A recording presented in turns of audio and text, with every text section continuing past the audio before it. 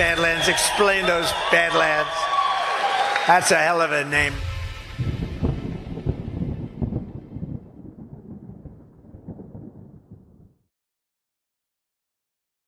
Stream has been approved for truth seekers by the DEFCON Truth Alliance. If the opinion that's coming out needs people to be silenced, it's a psyop. There are psychological operations in play. So if you can't question it, if you're supposed to just go along, it's a psyop. Yeah, and if people have to be silenced or publicly shamed because of their information, and they're not telling people the sky's falling, they're not saying crazy shit. Mm-hmm. They're just saying basic stuff, and they need to be silenced. That is a psyop. There's a war out there, old friend. A world war. And it's not about who's got the most bullets. It's about who controls the information. What we see and hear, how we work, what we think. It's all about the information.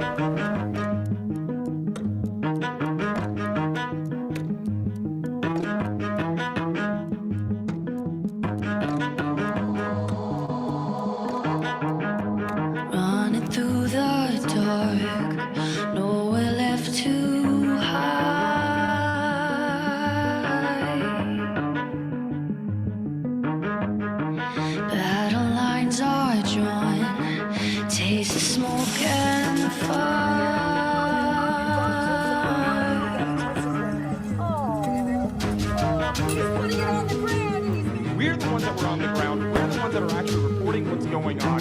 Control said all units clear out from there. We're not sending anybody over to that location.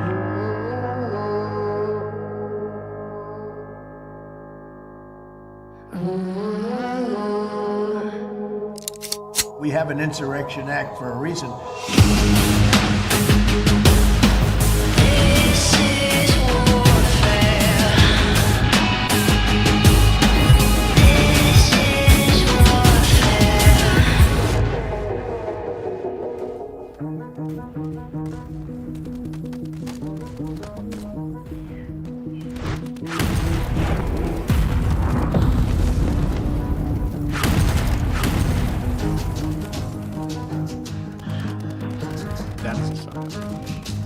Bad guy can't win. It's a morality tale. This is warfare. This is warfare. The eyes see, the ears hear, the mind believes. This is warfare.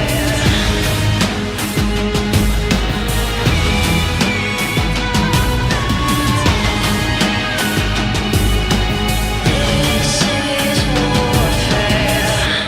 Goodbye. You can run, but you can't hide. It's gotta be biblical. One by one, one by one, say goodbye. One by one, say goodbye. One by one, say goodbye. You can run, but this is warfare. This is warfare. This is warfare. This is warfare. This is warfare.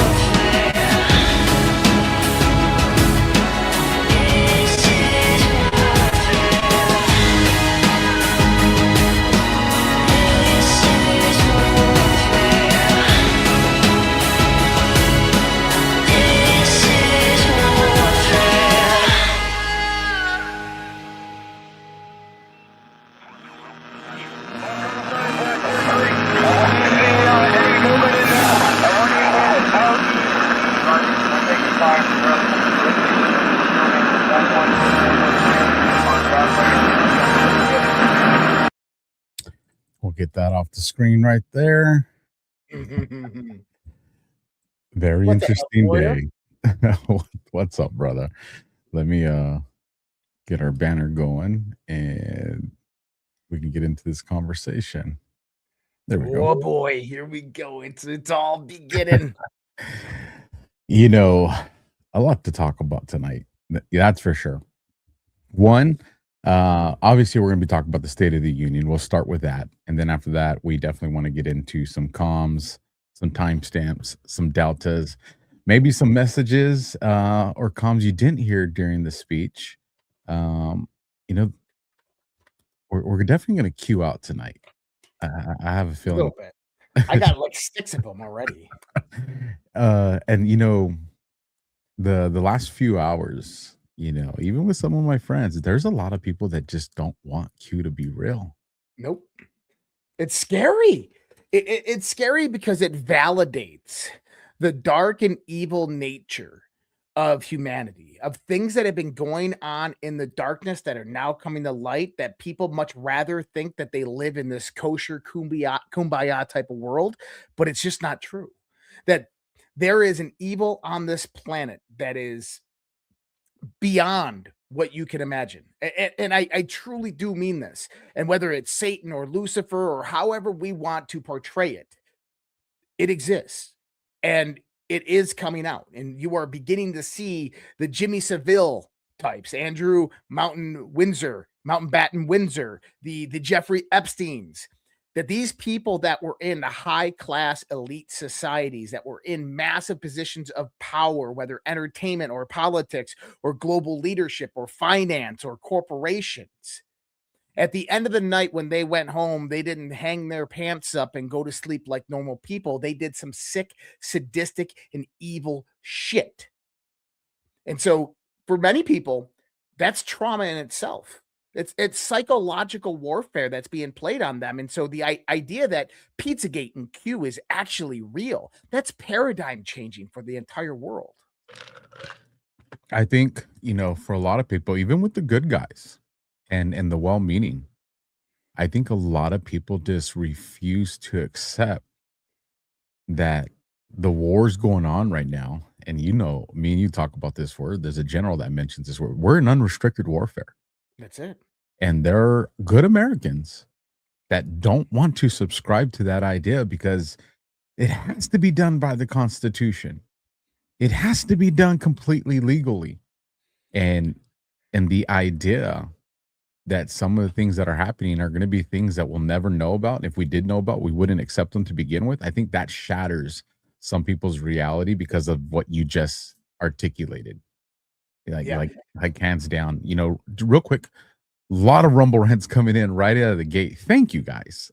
We will be getting to those at the end of the show. Even saw some super chats come over there on YouTube. So don't think we missed them. We do have them on. We will be addressing those at the end of the show. But this is gonna be I feel like this is gonna be one of those interesting shows, bro. I felt the vibe.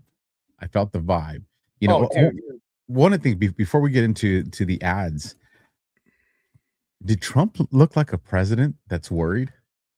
Trump absolutely. So number one is, I don't know if you watched afterwards when he was walking out. He 11:30 at night Eastern time, this man was alert, coherent, on top of his game. He sounded absolutely presidential tonight. You know, I have to say this, is that we actually saw Democrats standing up and clapping, which was something that I don't think we've seen before in a long time. It was 2 Congressional Medal of Honors awarded tonight, and they actually stood up and clapped, smiled, which was actually really good to see. I don't know if Ilham Omar and Talibi and all those ones did, but fuck them. They're horrible. But The ones we expect that didn't, you know, and you know, most of the Democrats didn't stand for a lot of things, but they did stand for some. It was interesting the ones they chose. Yeah. Well, and did you notice Donald Trump shook one Democrat's hand? Yeah. Uncle Fester, bro. Fetterman, yeah. Uncle Fester wore a suit. He wore a suit. But it was really interesting to see. And his speech at the end, he absolutely nailed it.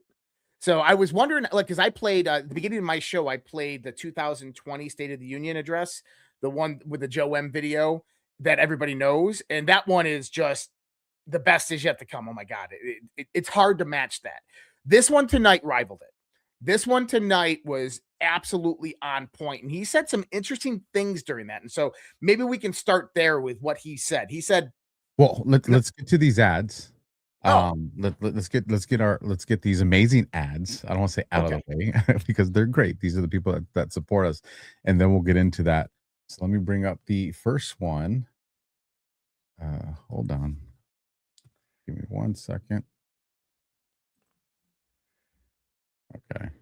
My feel like there's a key stuck in the run sheet. But there we go. I got it up and ready. So here's the first one, folks. All right, Badlands fam, I want to take a second to talk about native path collagen. First of all, collagen isn't just about nails or skin. As we get older, our bodies stop producing as much of this critical protein starting in our late 20s. And as a matter of fact, that's when joints can start aching. Recovery slows down and everything just feels harder. The specific collagen is grass-fed, pasture-raised, and designed to support joints, bones, mobility, skin, hair. All the stuff we tend to lose with age. I know this one. No weird taste, no complicated routine. Just add it to your coffee or smoothie and done. It's just part of your daily routine. Right now, get a special bundle deal at a fraction of the retail price plus free shipping. Yes, you heard that right. Free shipping. This offer is only available at getnativepath.com/badlands. That's GETNATIVEPATH.com/badlands. If you've been thinking about supporting your body instead of just pushing through the aches, go and check it out. The link is in the show notes and probably in the live chat because I'm sure somebody put it there. The site again is getnativepath.com/badlands. And then our next one, another great one. You've heard us mention them before. Today, it's scarily easy for criminals, scammers, or anyone with bad intentions to find your personal information online. Your home address, phone number, workplace, even your family members' names are exposed with just a few clicks. When this much information is public, scams aren't random. Hundreds of people search sites and data brokers compile profiles linking your name, address, phone number, relatives, and online behavior. Scammers use these profiles to decide who to target and how to approach them. That's how identity fraud starts, long before the damage ever shows up. Patriot Protect removes your personal data from the internet, wiping it from Google and every major website where bad actors search for targets. Patriot Protect finds and deletes your personal information from 240 plus people search engines and data brokers. Once your profiles are eliminated, their search and destroy protocol runs continuous monitoring, so every new exposure is detected and wiped immediately. It's the peace of mind of having your own security team, all for about the cost of keeping your porch lights on. If you want to take control of your personal information and reduce your exposure, go to patriot-protect.com/DEFCON. Use the code Badlands for 15% off all Patriot Protect plans. That's patriot-protect.com/DEFCON and use code Badlands for 15% off. And you'll see that link up on the screen here in just a few moments. And there it is. All right. So let me jump into this. Number one, commenting on the fragile state of civilization, which we were just talking about. These people that are awakening to the bigger perspective that holy shit, this stuff is very, very real. And see, these are the types of people that I call them the kumbaya civilization. They believe that rules exist because men agree and that there's always peace and that war is created by evil men and all of these other nonsensical things, that civilization is the default state of humanity. It's not. And there was this great post by Infantry Dort on X, and it's fairly long. I'm not going to read it right now, but I'm going to summarize it in a very, very good quote written by yours truly. All right. Civilization is a fragile state of peace that exists between the graveyard of violent men that created it and the men who would fight with unholy vengeance to protect it. Now, I want people to understand what that means. Civilization is not the default state of humanity. It must be protected, and it must be protected by violence. There is sheer evil out there in the world, and if we let our guard down, that evil will rise up like dangerous weeds in the garden. It'll consume everything in its path. You don't believe me? Go look at the mid-19th or mid-20th century and what happened in places like Eastern Asia, China, Russia, Italy, Germany. That's what happens when people put their guard down and become pussies. Well, speaking of those locations, not to take us off topic, it's going to take us off topic. Should I just save it? It's regarding cash in the Olympics. It's just you spawn this. Yeah. Well, okay. So a lot of people trashed on him for being in the locker room, for being there and having a beer with the players, and a lot of people, including some of my friends, said he's not working. You're about to see, clip this. You're about to see a bunch of people eat crow and be like, oh shit, he was doing something really important out there. Clip this and remember that. Absolutely. He was on official duty out there, and in his off time, he just happened to take in the hockey game that President Donald J. Trump told him to go to. So, when we start to look at kind of tonight, the State of the Union address, Donald Trump, he said some very interesting things at the end there. And this comes off of the edges of the announcement of UFO declassification, UFO, UAP, alien declassification that is apparently coming. And I got my own thoughts reserved for what that's all about. And you can check that on my X. But he said that we are developing and innovating the technology that is going to change the entire world in a very short time. Then he says, the great betrayal is over. Whoa. Then his last words were, the golden age of America is upon us. Now, I found it fascinating that he said that the great betrayal is over. Another indication, like we said, on the December 16th nationwide address that he came out on, where he was just very direct. He spoke for 19 minutes and then got off stage.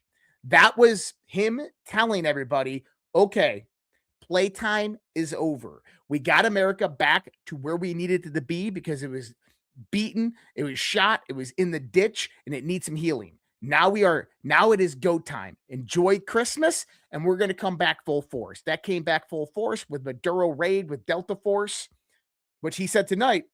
I had some foreign leaders call me, and they were like, oh, wow, that was very impressive. Really impressed. Really impressed. You notice he said it kind of like with a tingling of a Chinese accent, though. That's what I found interesting. So, here's another part to this, guys. It's not just the deep state in America listening. It's the whole world listening to Donald J. Trump tonight. And what he did is he said, look, in 13 months, look what we did. I had someone comment on an X post earlier today. It was Laura Loomer's, like, one of Laura Loomer's posts, and I made a comment on it, and someone was like, Donald Trump hasn't done any of his campaign promises. I'm like, what are you, retarded? Like, lost your damn mind. Where do these people come from? And he's like, he's breaking promises left and right. I'm like, you're 13 months into a 4-year administration. Like, what are you talking about? And here's the thing, is he's done more in 13 months than any of the previous presidents since Kennedy. And we've laid this out. I mean, in the context of United States infrastructure, securing over $21 trillion of financial capital to flow in, establishing the sovereign wealth fund, going out there and securing minerals, opening up over $124 trillion worth of U.S. mineral reserves to the country for innovation of technological infrastructure, going out there and securing the Western Hemisphere, dismantling the Belt and Roads Initiative done by China, basically disempowering Russia and getting Putin to be his bitch and Xi to be his bitch, which has caused Xi almost 2 different coups by the CCP against him because of what Donald Trump is making him look like a fool on the global stage.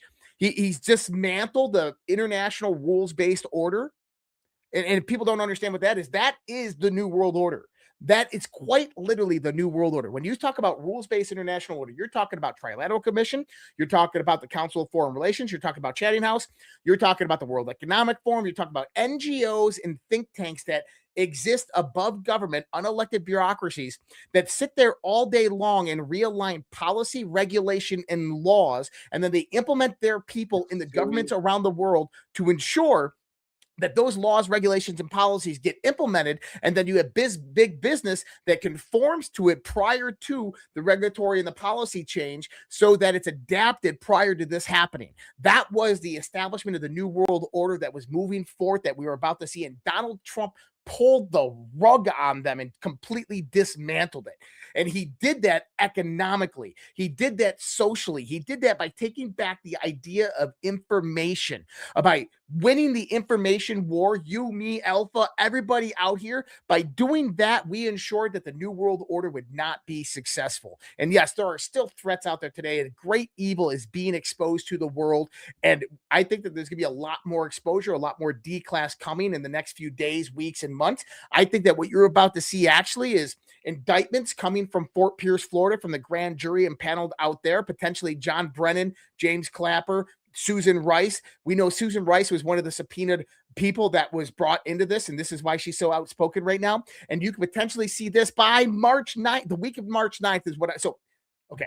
I talked to a few friends this week. Before you shift there, before you get into the March of Ides, because I want to play a video clip here. And thank goodness I have the download here, because I went to Eric Dowry's page to grab it. And his videos doing that Xbox Rings of Death, but I have a actual downloaded copy of this. But it goes to what you're saying, all the way back to when you kind of started off this thought process. You said the great betrayal is over, which is a significant statement. And then you talked about how we saw through a large portion of the State of the Union, that the Democrats were standing up. You saw he did shake the hand of Fetterman, again, not a pass, because he called them out too. And we saw when he called the Democrats out, like, these people are crazy, like they won't stand for this. So he called them out too, but still you did have some standing. But there was a video clip, and this happened probably about an hour or two before the State of the Union. Marco Rubio briefed Chuck Schumer on I want to make sure I get the what this is. It was a security briefing about Iran, and in that meeting was Chuck Schumer and Marco Rubio. The Gang of Eight. And Marco Rubio is the one that briefed them. Now, have you seen this video? It's a 7-6. No. Okay, so I'm glad. So we're gonna get a reaction out of you in the audience. Have the Democrats ever played serious with President Trump, or do they always talk shit? They always talk shit. They're always talking. They rug pull. They minimize something. When I saw this clip, dude, I kind of got pause in my chest. I was like, oh shit. What was he briefed on? So I can get into this. Okay, and that's why, because I think this plays into why we saw the quasi participation today and not so much disruption. So take it 7 seconds. I'll play it twice, but check this out. This is serious, and the administration has to make its case to the American people. What did you hear? So one more time, folks, because it's quick. It's 7 seconds. This is serious, and the administration has to make its case to the American people. What did you hear? Okay. He didn't try to subvert President Trump or the administration. He didn't go pro. He didn't go against. He had, this is just my opinion, he had this response where I'm not going to be the one that screws this up. Yeah. So there's a few things going on. Number one is, did you see Marco Rubio's face at the State of the Union? No. It was resting bitch face. No, I don't remember that. It was I probably did. I just don't remember it. When Trump called on him, he was just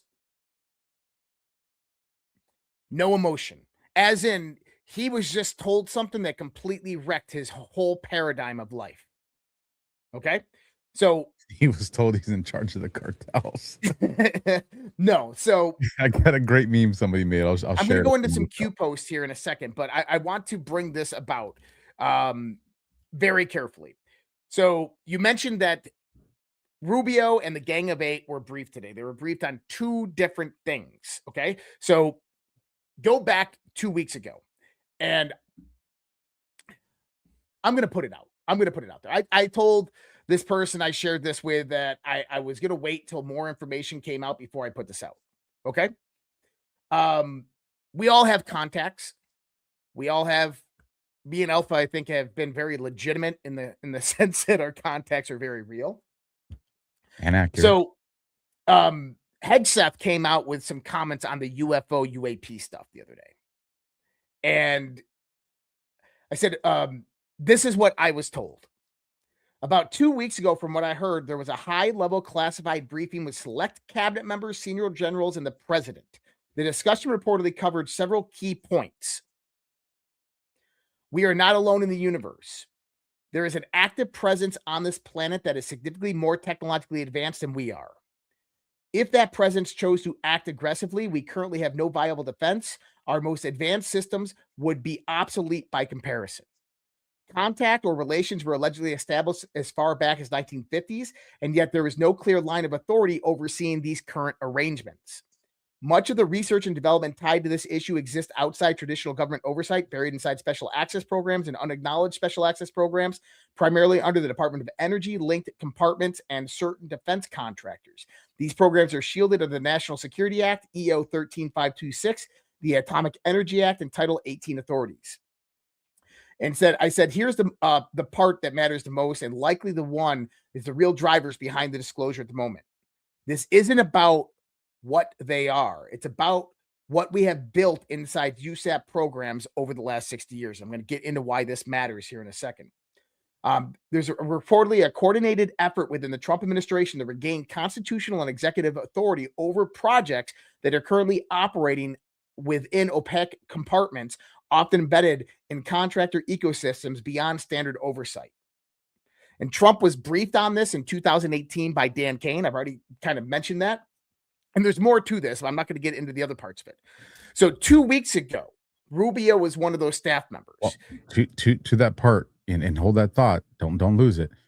You know, the Pentagon, it got reported earlier today, and we talked and we called it. You know, we're looking at Mexico before something happens in Iran. And General King came out and he addressed the Pentagon and said a boots on the ground mission in Iran would deplete our forces. He goes, and it would disrupt the relationships that we have with allies. Yep. And that got reported earlier today. Yes.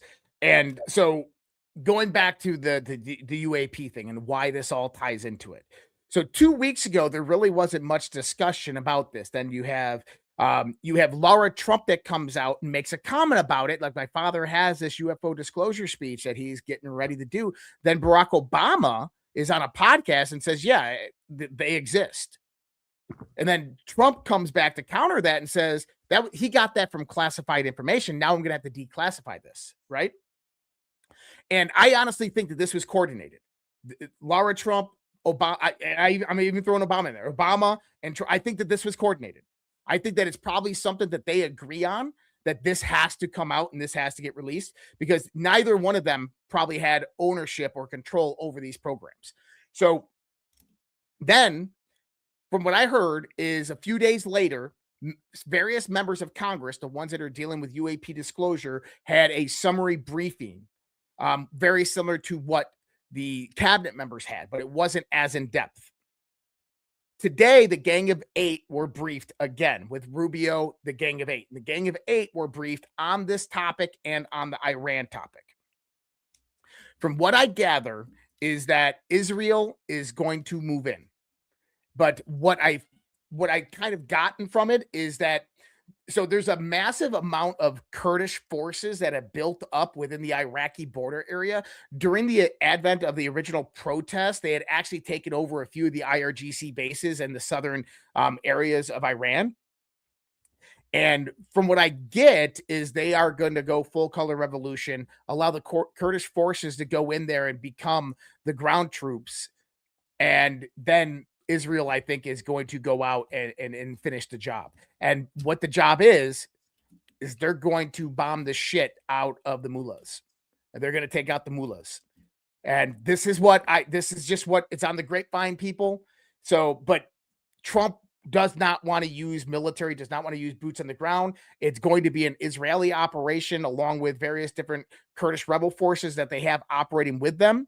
And that U.S. is only going to provide air support and intelligence. This is what I got. I don't know if this is true, but the consequences of this are exactly what Dan Kane said. It is going to disrupt the whole entire region if this is not executed perfectly. If this is not executed perfectly, and you remember during right after we bombed Fordham and all this stuff, the Chinese tankers coming in? Yeah. There is rumor that China was actually speeding up the Iranian nuclear program.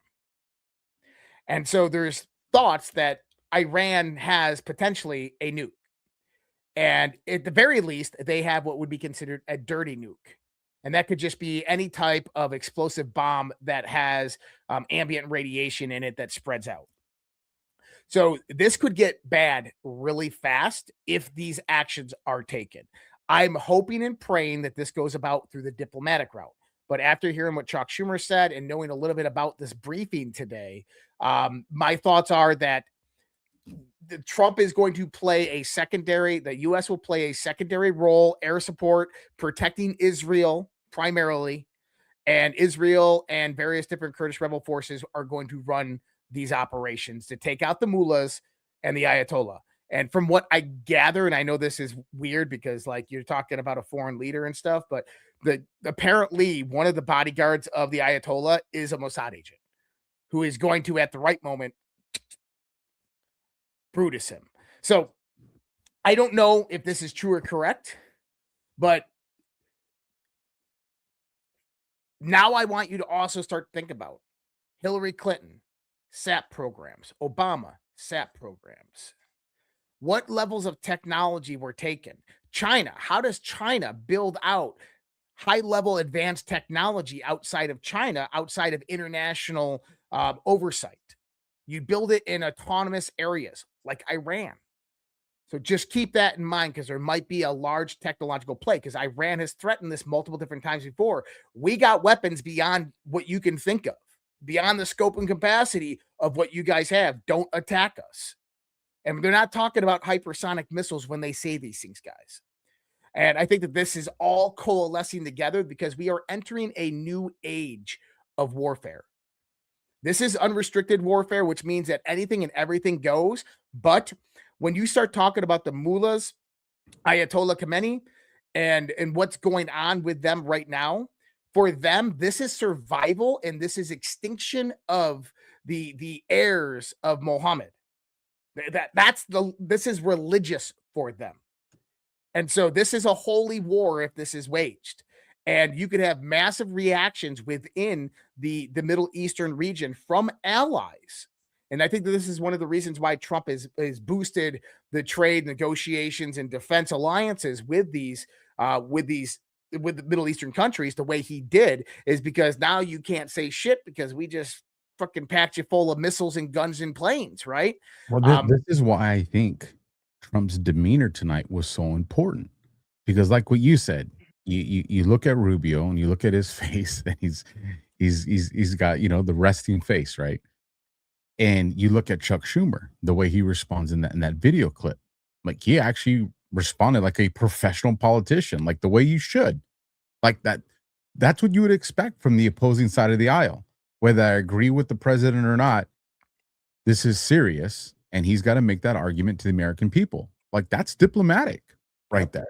So that tells it's like, holy shit, I actually got to do my job now. Exactly, that's what it was. So if whatever he heard in that briefing from Rubio is that important, then you got to know Trump knows it.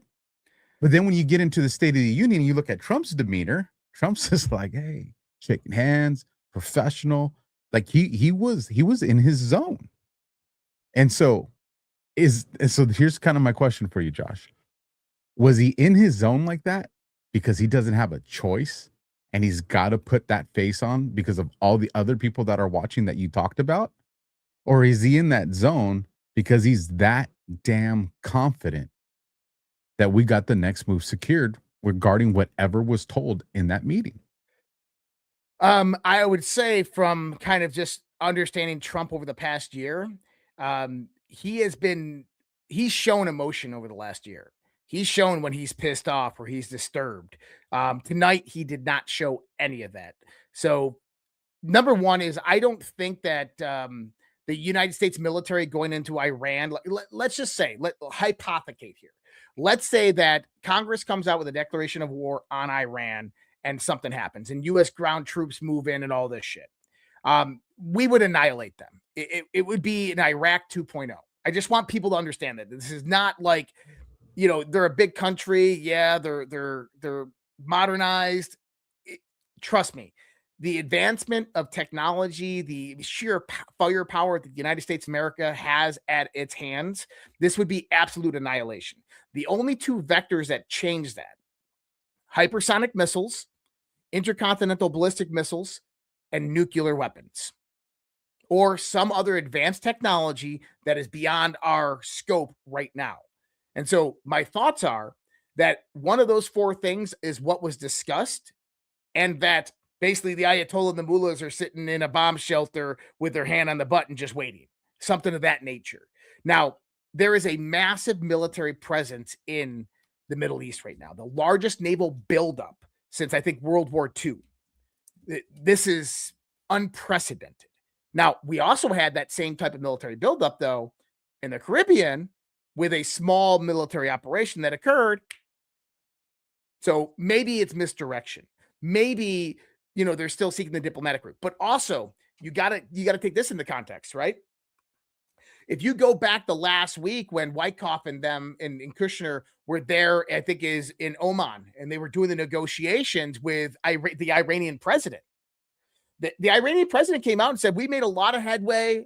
Diplomacy's working. We're probably going to come to an agreement here very soon. And then that same time that he was doing that, the Ayatollah Khamenei was death to America and showing videos of dropping bombs on American cities. So what this tells me, and you got to understand kind of how the Iranian politics works, is you have three branches of government, and then you have a theocracy oversight. And so the theocracy, the Ayatollah, has supreme power over everything. So you have like a parliament, and you have a president, and you have a judicial system, and then you have the Iranian army, and then you have the IRGC. The IRGC works directly for the mullahs and the Ayatollah. This is where you get the Quds forces and the Revolutionary Guard. Now, typically the Ayatollah has 100% power. From what we're getting is that there's parts of the political organization, including the president of Iran, that are not in agreement with the mullahs and the Ayatollah. They're like, make a freaking deal. And they're trying to make a deal with the US, with Israel. And the mullahs and Ayatollah are just not budging. So this is kind of where we're in this divergent part, to where if they act now, they can seize the moment and produce this leadership overthrow in Iran, of which now the next stage can go on. But the consequences of that failing are dire. Complete destabilization in the Middle East, another Middle Eastern war, Hezbollah, Hamas refortifying, bad for Israel because they will have terrorist attacks and suicide bombers on every street corner. So the consequences of this is really, really bad if you miss. It's got to be surgical, and it's got to be strategic if they're going to do it and do it right. And just by going in and taking out the mullahs and the Ayatollah, that is going to have massive upheaval in the Middle East. But I don't think that it's outside the scope of what the Middle Eastern countries can deal with. I think that they can absolutely deal with that in a non-organized basis. But if they miss, it's bad. And I agree. Let me ask you this. You mentioned a series of weapons there. I was having a conversation with a group of folks earlier today. And, you know, we think nuclear, we think biological, we think dirty nuclear. But if we also understand that there's this tech race, this AI race that's going on between us and the CCP, right? At least those are the titles, right, at the surface level. Could a threat against our country be something that it would be bad, but maybe Americans wouldn't realize how bad it is? What I'm talking about is something like an EMP, something that damages the energy infrastructure of our country. Because if you hit the energy infrastructure of our country and you crippled it, would that not dramatically hinder our ability to stay in this race that's going on with China? And, you know, I'll let you answer that before I ask, you know, another question. Yeah. So the other part of this, and I know this is going to sound odd, is Mexico. So we just had El Mencho taken out by U.S. Tier 1 Special Forces. Okay, people want to say it was the Mexican army. Trump told us. No, it wasn't the Mexican army. And there's even I posted something on my X account the other day. Here, I'll pull this up for everybody to see. And I've been a very adamant since the moment that this happened that this was U.S. Special Forces, because we've been telling you that this was U.S. Special Forces. Navy SEAL Team 2 headed to Mexico on training mission. This was 1 week ago. This was in El Paso. They're going to be there from a week ago up until April 16th, training the Mexican army. Guess where? About 25 miles outside of where all of this happened. And you caught something that I didn't catch tonight. Yeah, and Trump said, he was talking about El Mencho, and he said, it was us that got him. It was us that took him out. He said it. He confirmed it. So listen, why did that happen? You got to understand what has happened over the last 15 years between Latin, Central, and America and Mexico. So number one is I wrote this. I've been writing this. Well, I had this already prepared because I was already doing this with the Maduro stuff, and then Maduro got taken down. And so I kind of stopped on it. But after the Mexico stuff, I brought this back out. From border crisis to national security emergency, the rise of transnational criminal infrastructure in America. This reads more like a security briefing. Okay. But this is highly detailed. What this talks about here is Venezuela, foreign proxies, and the expansion risk vectors. This is Margarita Island. In 2013, Congress was briefed, classified and unclassified, on the rising threat of radical Islamic terrorists in Venezuela. Iran and Venezuela had various different deals. You had Hezbollah Unit 910. You had the IRGC, Iranian Revolutionary Guard. You had Quid Force members. You had Hamas, all coming in to Margarita Island, where there's a massive Muslim community even to this date. Okay? Now, fast forward, and I'll just show that one. The hybrid threat to U.S. cities. This is so important. In 2023, former state of Texas border security and intelligence liaison Todd Bensman. This guy is a professional expert in intelligence. He went from DHS to Texas DHS. He testified in front of Congress in 2023, and he said that we had identified members of Hezbollah's Unit 910 coming over our southern border in Texas. And he goes, not hundreds, thousands. And he goes, this administration, talking about the Biden administration at the time, let them through. Not only that, paid their way into American cities. So now this escalates to that next threat level, right? Is if Israel does something to Iran, now the United States becomes at risk because of sleeper cell actors within our own country. And trust me, we haven't gotten them all. I think they know where a lot of them are. But you got to remember the kind of the end game scenario that the global elitists wanted with the United States of America. You flood illegal immigration, 23 million people in the U.S. cities. You sneak in there Chinese military-age males, Hezbollah Unit 910, Al-Qaeda, Taliban, ISIS. You sneak in there Hamas. And yes, they were. And then China special forces were operating with Mexican drug cartels. This is where a lot of their financing and funding came from. In Venezuela, they were working with the IRGC, Iranian Revolutionary Guard. When you go to ask who funded all of the people that come over into Venezuela that drop their passports, the Middle Eastern people, and then flew up to the U.S. border, that was China who paid for a lot of that through various different proxy NGOs. So what was the end game? It was to flood it in there, produce a color revolution through radical leftist politics. Once the color revolution gets out there, you have Antifa, BLM, these types, no kings. Then they turn violent. That's when the cartels would start to take organized action within our cities. I've talked about this. Let me jump in right there. I'm going to share a clip. It's a 2-minute clip from a movie. Okay. Some of you have probably seen this movie. What I want you to think about when you see this is a very important person that you all respect shared this. And one of the reasons we kind of got to get ahead of these operatives that are moving within our country is because this is a real threat. That this came from someone who's not a doomer, who's not a black pillar, and it's somebody that's in the know. and said, hey, just so you guys understand, this is not off the table for us to be prepared for. And this specific clip is what was shared with me. And I'm going to bring it up on the screen for you guys to see.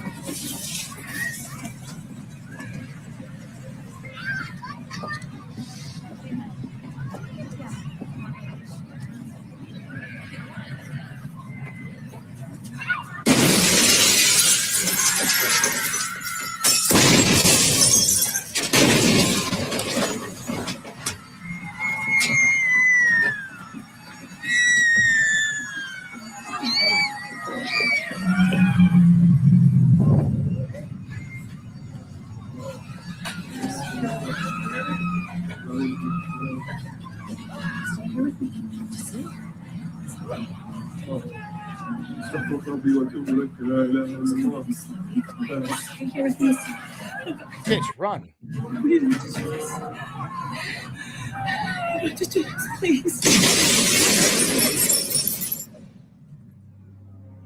The scene in Kansas City tonight is one of horror, confusion, and grief. 15 people, among them 2 children, are so far confirmed dead, with many more injured. Remain haunting images of the attackers are coming to light from Today, surveillance. Secretary of Defense James Riley is expected to make a statement on the attacks. Our intense focus on recovery and assisting the injured and the families of those who've been killed is matched only by our determination to prevent more attacks. A message to our attackers. Your bombs do not terrify us. They empower us. They empower us to send you something that is truly terrifying. The full weight of the United States military. So, like I said, I don't share that as fear porn. You guys know let me bring this up on the screen real quick. Hi. Where am I?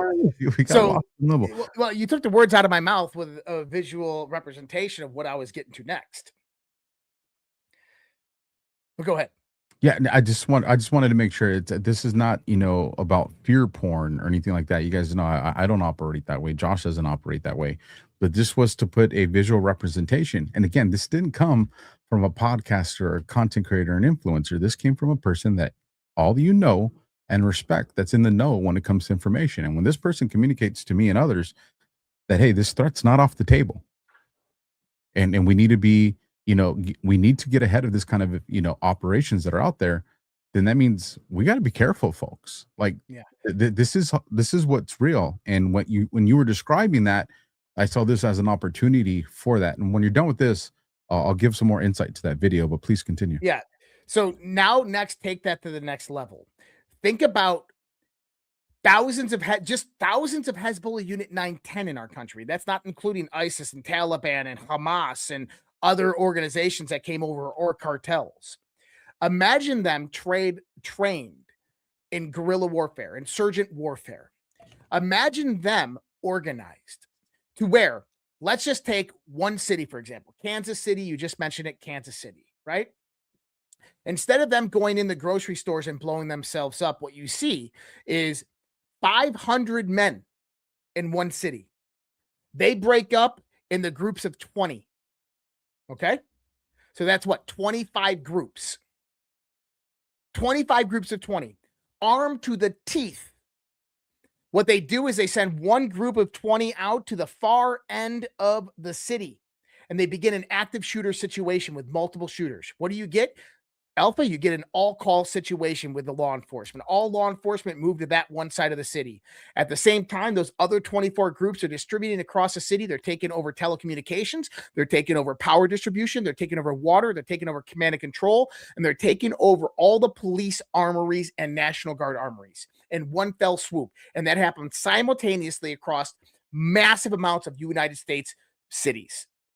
If that happened on one night, there'd be nothing we could do. And here's the scary part about it. Cities would fall and states would fall almost immediately.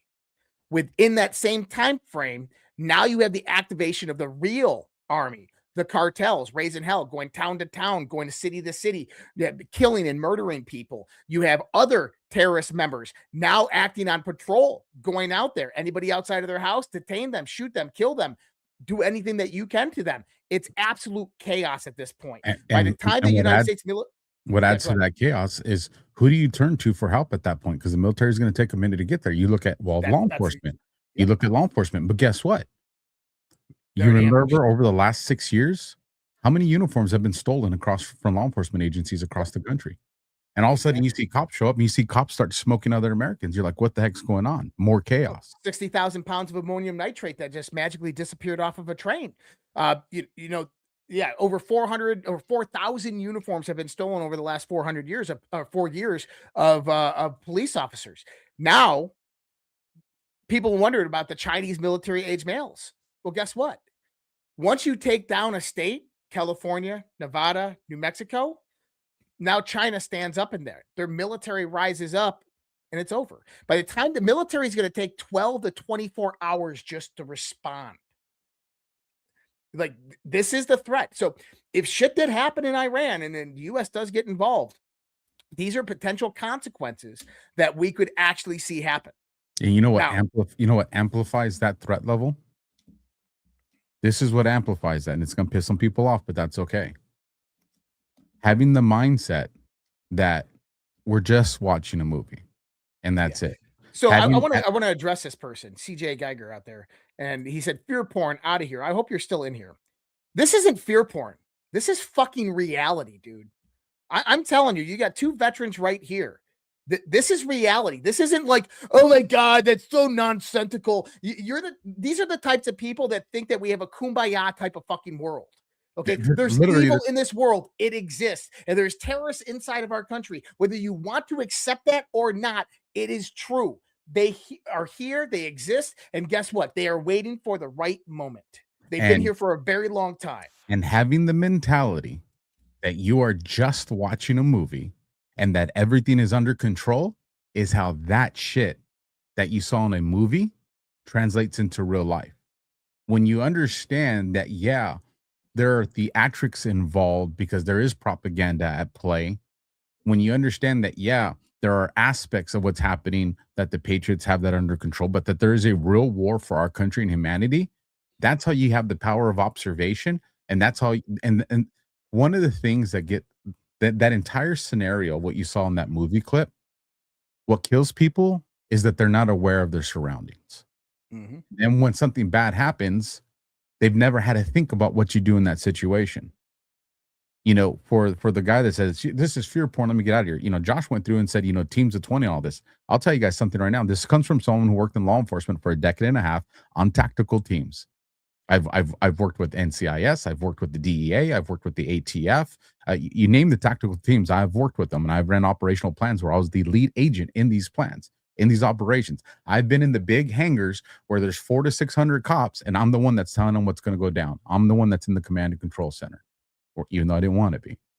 I'd rather be there kicking down the door. I understand the way these things work. And you know what else I understand? I understand the vulnerabilities that we have in law enforcement. This goes back to a lot of people don't understand. Law enforcement is able to dictate the element of control over a community purely on the understanding of consent. There's a mutual understanding between the citizens and law enforcement that we're empowering you to arrest and take freedom away, or in some situations, even take life. We're empowering you with that. Law enforcement understands because you got one cop. Well, it's worse than this, but you know, at least years ago, the numbers may have changed now. You had to have at least one cop per 8,000 people. And we've never been at the numbers we're supposed to be. So just understand that, let's just say we operated at one cop per 8,000 people. Do you think any agency out there, you could use LAPD or NYPD, two of the largest agencies that exist in this country. If the citizens in their respective areas decided to say, you know what, we're not going to take it no more, they would throw over that agency. They would literally take over that agency within hours. It would not be hard at all. Remember Seattle and Chaz? That was a dry test run, the summer of love of 2020. So understanding that, all you would have to give me is 6 or 7 guys, and in the span of less than 12 hours, maybe even 6 hours, I could cripple law enforcement in Southern California. You want to know why? Because I know the location of certain communication assets that we need to communicate with each other. And guess what? Wait, you mean like the 911 communication systems that during the Biden administration went down multiple times nationwide, almost like it was planned hacks, testing the reactionability of it? I won't get into the specifics of it because I know bad people watch our show too, but you know what you're talking about. But the point I'm trying to make is if I know that, guess who else knows that? I don't know, maybe the CCP police departments that were in California, that were in New York City, that were in different places throughout this country. You know, you have illegals that have been empowered to work in places like California and other states, illegals that are now cops. You don't think these people, if I had access to this data in my computer, in my police car, you don't think these people do? So when you come out and scream fear porn, there's a lot of fear porn that's out there. That's not what we're talking about here. Right here, what you're getting is a debriefing on an existential threat that exists, and information is coming from someone that we know is in the know. We know that that's on, you could argue, daily phone calls with the president. And if this person is telling you that this is something that we got to be conscious of, and that we got to get ahead of it, and we got to make sure our people are ahead of it, and you want to write that off as fear porn, you are the kind of person that sets up this country for disaster. Because fear porn is showing people scary shit and then not providing a solution. You don't get that here. We have a solution. We are going to tell you how to have situational awareness, how to be aware of your surroundings, what to, we have those conversations here. So anyways, I don't want to go on that rant. Peace only lasts until it doesn't. Yeah. And you don't know when that moment comes, but it can come very fast. And what we're trying to express here is that the situation in Iran is very, very serious and could spark something far greater in the sense of consequence. And that's what we're saying is that, hey, if shit does go off, if something's missed, if something fails, shit could hit the proverbial fan really fast. And it's just the fuel that the Democrats would want going into the midterms. And to be honest, this is why I think that Trump wants nothing to do with a strike on Iran, and why they won't take part in this is because of the midterms. The timing of this is just stupid. Number one is you're not going to position yourself against a good power in the Middle East like Iran right now, destabilize positions with your allies and do some type of kinetic strikes on Iran right now, especially with the consequences that can come about with it. It's just not smart. And whoever would be advising him on this should be fired. So, diplomacy, I think, is the best route. And I think that diplomacy is going to probably prevail after all of this, but we'll see. I actually think that's what Schumer's response was about. And I'm glad you went there. I don't think Schumer was talking to Americans. I think Schumer was communicating to their people saying,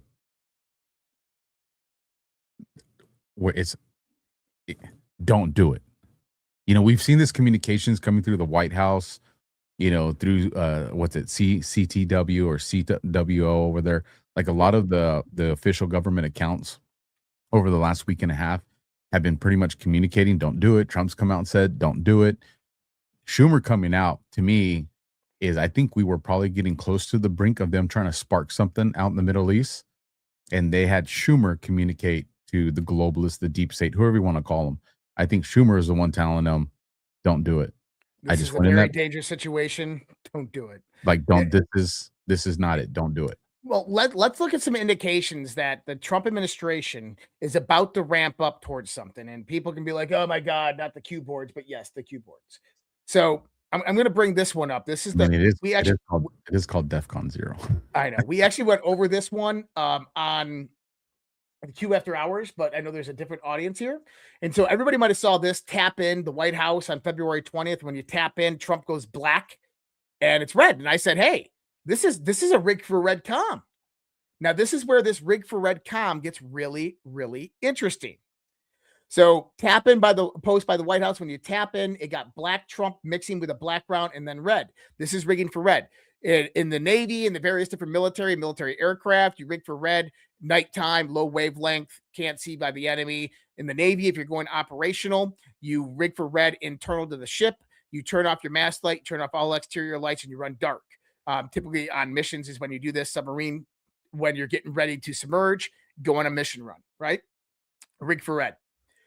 So we have a March 9th Delta coming up. And the reason I bring up the March 9th Delta is because it says rig for red. Nothing can stop what's coming. Nothing. Now, also notice that it has the meme. My next piece is called Nothing Can Stop What's Coming. And in the post there, it says Q Plus retweeted it 17 hours later. So it's talking about a Delta. And then Q reposts this and says, pain coming, JPG, pain coming. Nothing can stop what's coming. Nothing. Rig for red, Q. Now, why is that March 9th Delta so important? The White House posted this on February 20th. How many days between February 20th and March 9th? Do the math for me, man. Don't make me count my toes on camera. Take a wild guess, Alpha. 17. 17 days. 17-day difference. Okay, that's pretty damn profound, right? And you might think, okay, if that was just a one-off, then that's it, right? Well, it's not a one-off. There's more. On the same day, the White House posted, President Trump will always put America first, America prosperity first. Notice the red gleam behind his back. Why does he have an umbrella? The umbrella makes no contextual sense here whatsoever. There's no rain. There's no nothing. That's right. But on February 20th, we also had a Delta. February 20th, 2020. And what does it say? You have come far, Anons and Patriots. You are ready. Prepare for the storm. And the link there, by the way, is to the movie White Squall. So this is a clear comm from the White House. The storm is coming. Now, interestingly enough, tonight we had some various different comms, right? And I find this one interesting now after kind of watching the State of the Union address. Scavino posted this one last night. Let's bring this up here. And I think I'm the only person that was able to decode this correctly because I didn't really see anybody else decode it correctly. Did you see this one from Scavino? How long will President Trump's State of the Union be tomorrow night at the United States Capitol? And then you have 120 minutes plus. Now, plus in the board has various different reference, but primarily the House of Saud. So, but just pull that off for a second. 120 minutes plus. Now, with Q plus, Q is 17 and plus is 1, right? All right. Okay, so 120 minutes plus is 123. 123. What are the odds that post 123 has plus in it? Nothing is random. Everything has meaning. Now go to the... I don't know if you saw this. I'll bring it up on the screen real quick. I hadn't have a chance. Hold on. Let me just two seconds. The timestamp 11:28. Where's the State of the Union? He's talking about the State of the Union, right? Where's the State of the Union at? House of Representatives. Look at the timestamp. House of Reps. What is the post right prior to that? 11:27. Our comms must be this way. Refer back to why national security laws, trusted plan, April showers, a clean house is very important. And then you talk about Schumer today coming out. This is a very serious situation. And exactly what you just said, that he's telling them this is serious shit here. So we got tagged today. I don't know if you saw it. I didn't see it in enough time to vet it. So I want to make sure as I bring it up, people understand I didn't vet this. But somebody tagged us in a post that went out today about this is the White House. This was, oh, you guys can't even see it because I haven't brought it up on the screen yet. And it says, yep, major alert. The White House in Washington, D.C. has just turned all red, signifying the massive arrest. Now, granted, it could mean whatever, but the point here is this ties in with the pictures of President Trump in the rigging for red that you were talking about. Interesting. What time was that at? That post is at 9:24 a.m. my time today. So it would have been, and this is not an official. Yeah. So this would have been from last night. So the 23rd. Yeah.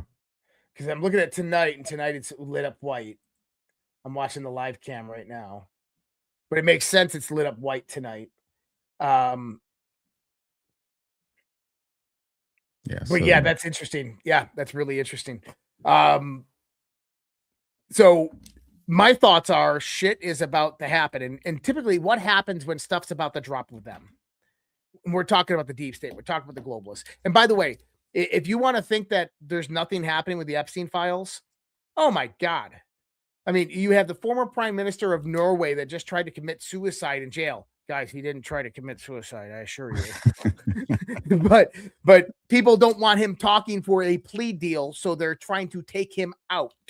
You have Andrew Mountbatten Windsor, who's been arrested. You just had the former UK ambassador to the United States arrested, Battleson.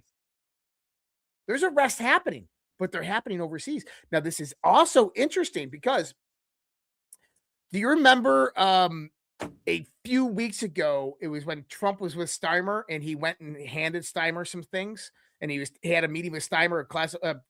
This is what it was. It was this information that Prince Andrew was giving out classified information, and it's shown within the Epstein files. There's repercussions coming. Now, Bill Gates was supposed to talk at a global climate summit this last weekend. Guess what they did? Canceled. They canceled him. They said, nope, we don't want you here because your association with Epstein. Soon they will not be able to walk down the streets. We've had over 15 resignations from high-level hedge funds, financial corporations, large tech corporations from the Epstein files already. And it's only going to continue to get worse because we haven't even really touched these documents. We talked about it on, I think it was Q After Hours. There might have even been on Overwatch and The Guardian. It was one of the shows that we do together. Well, we talked about that video clip with Les Wexner and his attorney. Mm-hmm. And the second he makes the statement that connects the Rothschilds to everything, what's the attorney whisper in your ear? You respond anything more than 5 words, and we'll fucking kill you. Yeah. Like and understand that was Wexner's handler. Yeah. Well, attorney by optics, but yes. Well, do you remember Kanye Ye? When he came out and he was talking about his personal trainer was actually his handler, and the dude was a Canadian psychologist trained by the IDF and Mossad. Like, this is real stuff.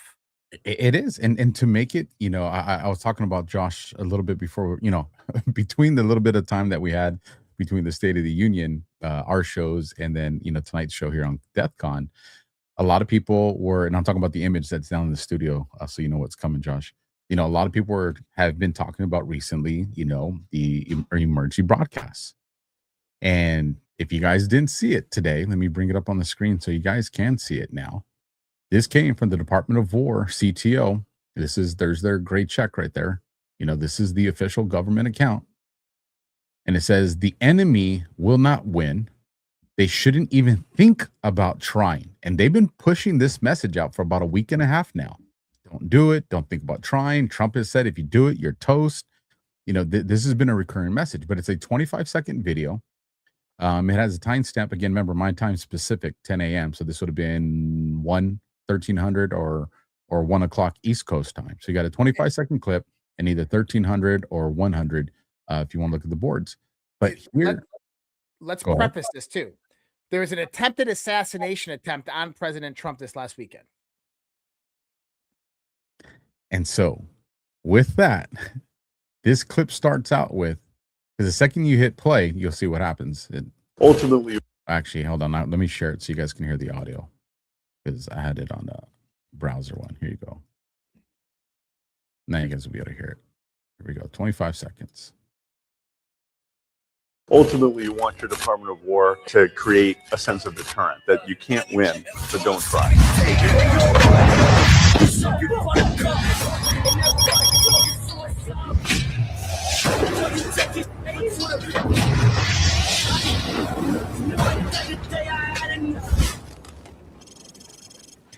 Give the enemy nightmares.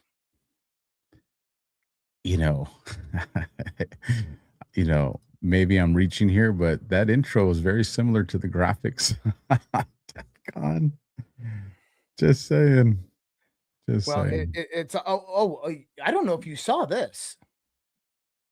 Hold on a second. Let me find this. Okay. Because I Go don't ahead. think you saw this, and it's kind of a cool thing. Well, All right. while you're doing that, I will bring up when you go to post 25 for the 25-second video length, it brings up, and you guys are familiar with this. This is one we've covered before, but it brings up November 1st. Follow up to last post, return to comments regarding Pelosi and John M. Some of you refuse to say his last name for a reason. This all has meaning. Everything stated big picture stuff. Few positions allow for this direct knowledge. Proof to begin 11.3.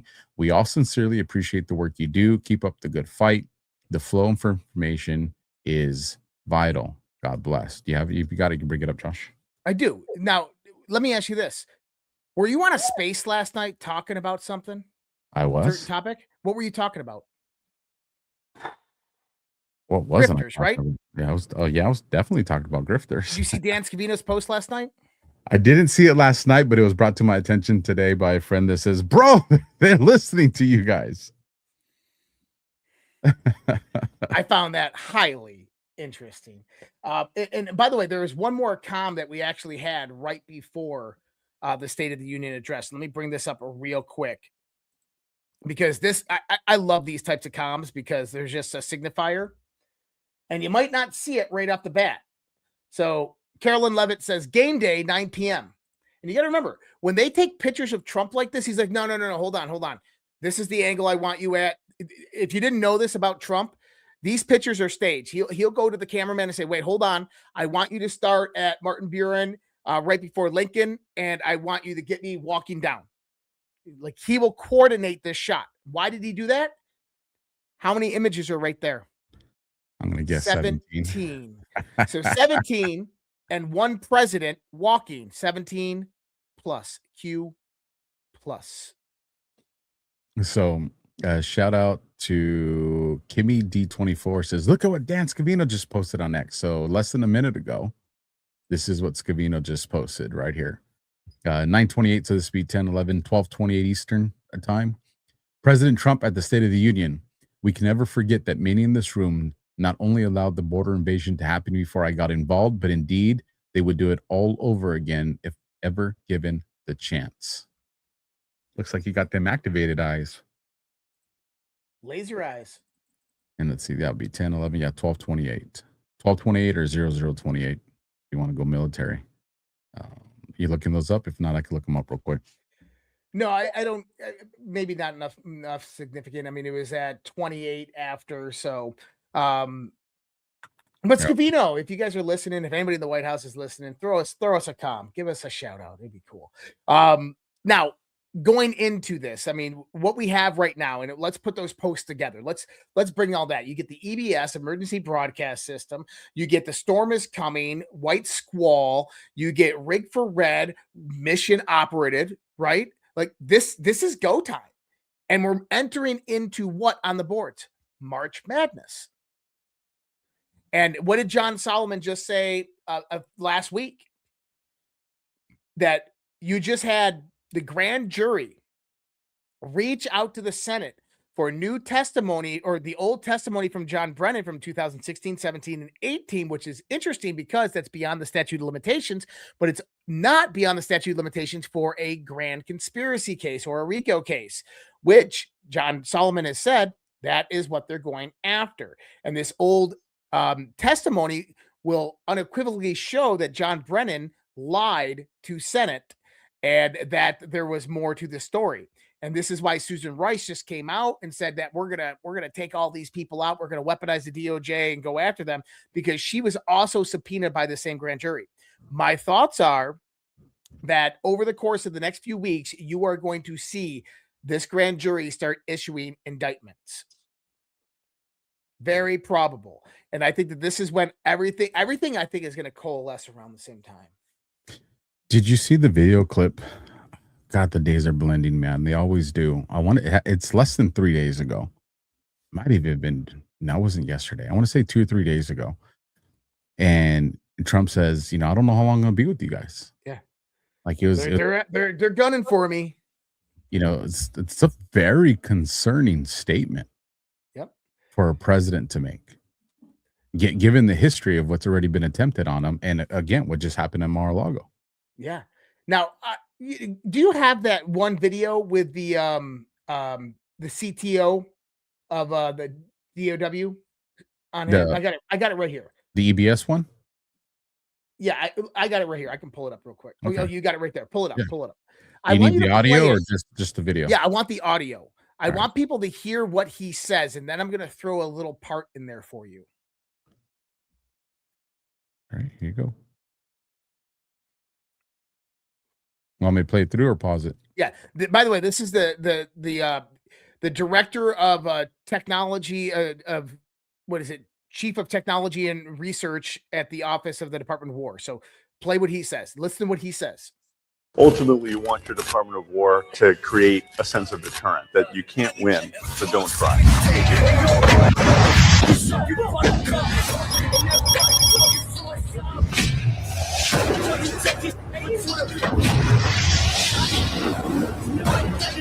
All right, so you can't win, so don't try. A sense of deterrent. Now, think about Venezuela for a second. Venezuela was the first strategic operation publicly known to use highly advanced technology not known to mankind prior to that date, correct? Correct. And what did it do? It scared the living shit out of our enemies.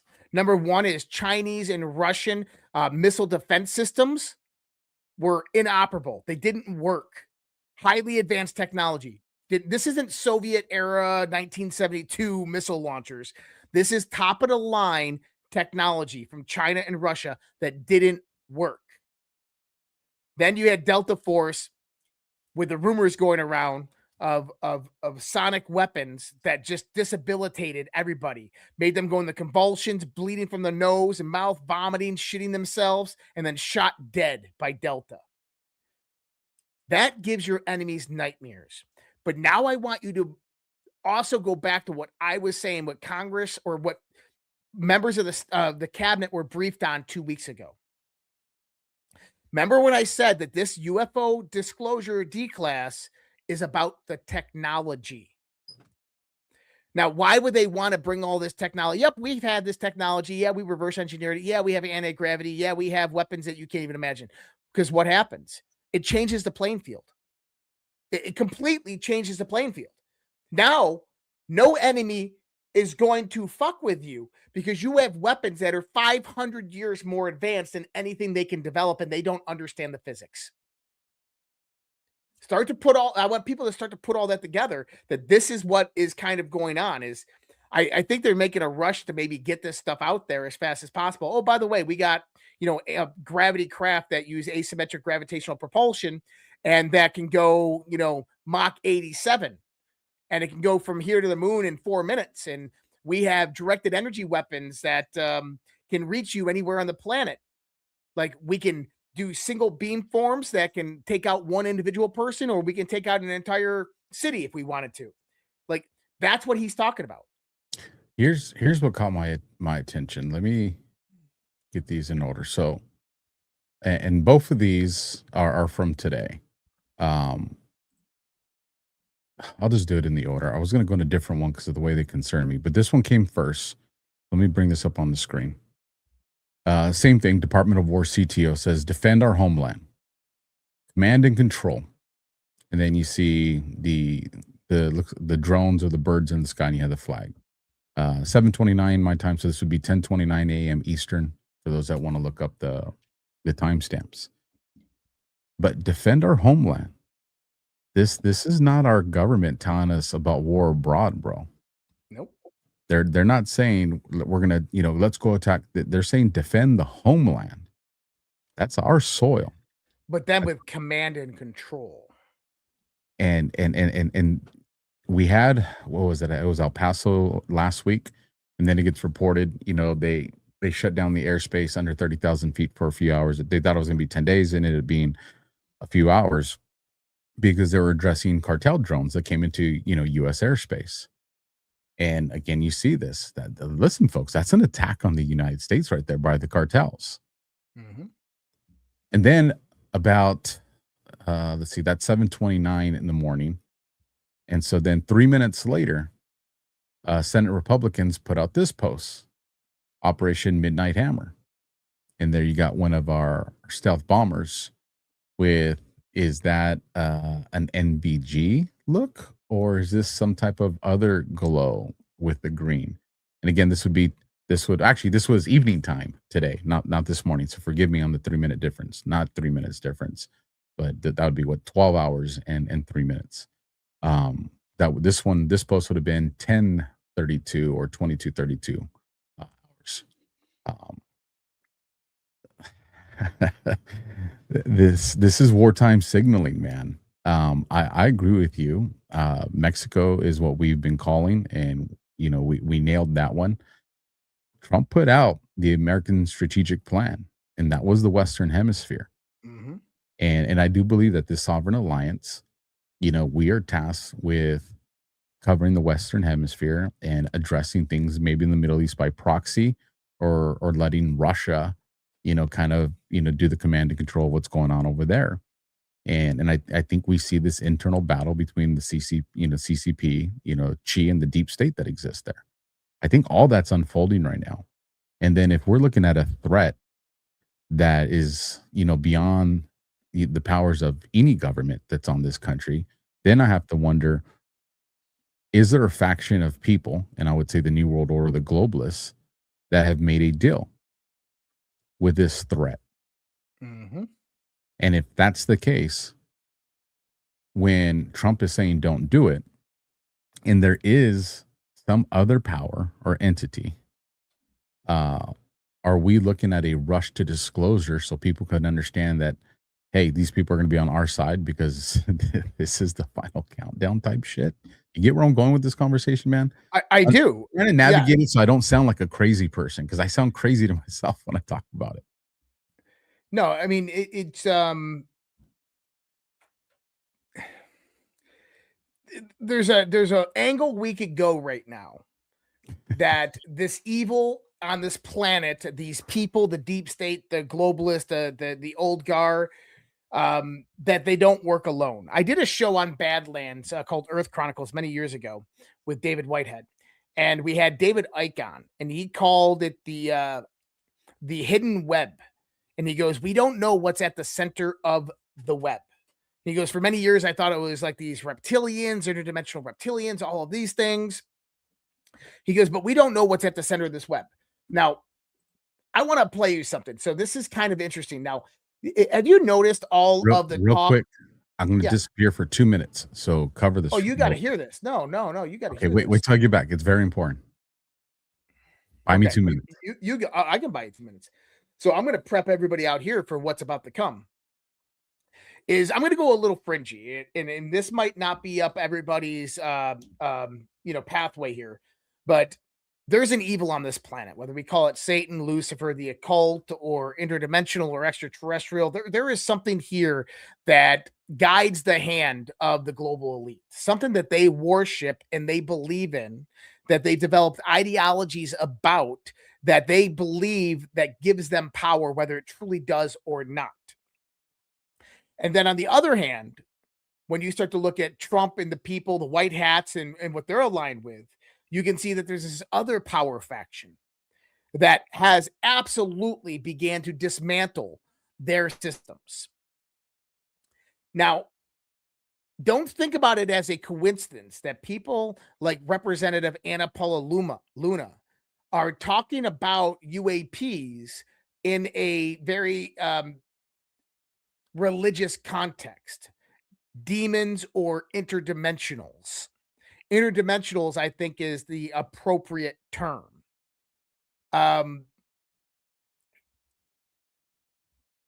There's a lot of fluff in the UFO community. It's hard to kind of move through it. Someone said out there, aliens not real. Aliens are very, very real. I would not be so arrogant to state that in God's greatest creation that we are his only creation. But I would absolutely tell you right now that the universe is much more mysterious than you could ever imagine. I've had my own experiences in life that have told me and shown me this. Now, what we do know is, and by the way, I look at all these things kind of in a very similar way.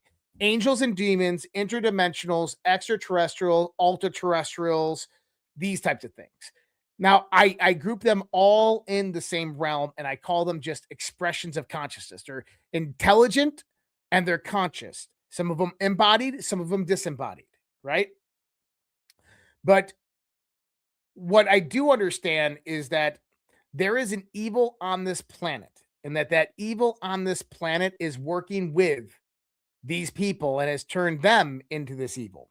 Now, if this is the end game, the final ultimatum that is coming down, then let it be. Let's get to the final battle. But I think we are very, very close to this point. Now, what I'm going to do is I'm going to play you a clip from 1997 on a show that I actually listened to. And by the way, this is September 11th, 1997 on Coast to Coast AM with Art Bell. Oh, is this that famous one? This is one of the most famous clips of the Area 51 employee. Now, to give you an idea, it goes silent, and Art Bell was literally kicked off the airwaves and had to go to his backup systems because of this call. Listen to what the guy tells you. Hello, Art. Yes. Hi. I don't have a whole lot of time. Well, look, let's begin by finding out whether you're using this line properly or not. Area 51. Yeah, that's right. Were you an employee or are you now? A former employee. Former employee. I was let go on a medical discharge about a week ago, and I've kind of been running across the country. Oh man, I don't know where to start. They're gonna they'll triangulate on this position really, really soon. Well, you can't spend a lot of time on the phone, so give us something quick. Okay. Okay. What we're thinking of as aliens, Art, they're extra dimensional beings that an earlier precursor of the space program made contact with. They are not what they claim to be. They have infiltrated a lot of aspects of the military establishment, particularly the Area 51. The disasters that are coming, the military, I'm sorry, the government knows about them, and there's a lot of safe areas in this world that they could begin moving the population to now, Art. But they're not doing anything. They are not. They want the major population centers wiped out so that the few that are left will be more easily controllable. Discharge. And so then the whole radio wave goes blank and Art Bell gets kicked off of the airwaves. Then comes back up and he's like, that very, very real. I've been on Coast. I know George Norrie. I've known George Norrie for years. Very real on what happened there. Now, take that conversation into what you're hearing in Congress. David Grush, Anna Paula Luma, interdimensionals, biologics. Start to bring a little truth to what that evil might actually be in this world. But the good news I think about it is that if there's an evil on this planet, then there is absolutely a good, because the good are winning, because we are dismantling a lot of their systems, that we are, whatever that thing is, that interdimensional, it is not all powerful, because if it was, let me tap in here on that part, because you gave me the perfect cue about not all powerful. If there was something that was that superior and you didn't need human consent because you could just completely obliterate us, it would have already happened. So since that hasn't already happened, what does that cue us off into thinking from a tactical mindset? That means they negotiated something with someone, or countries, entities, whatever the case may be, because they saw that alternative as more beneficial to some just wiping out the population.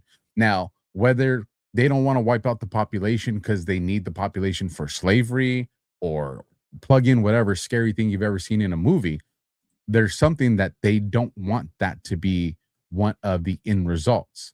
And if that means that there's something that gives them pause, then pause for them is a strategic choke point for us to use against them.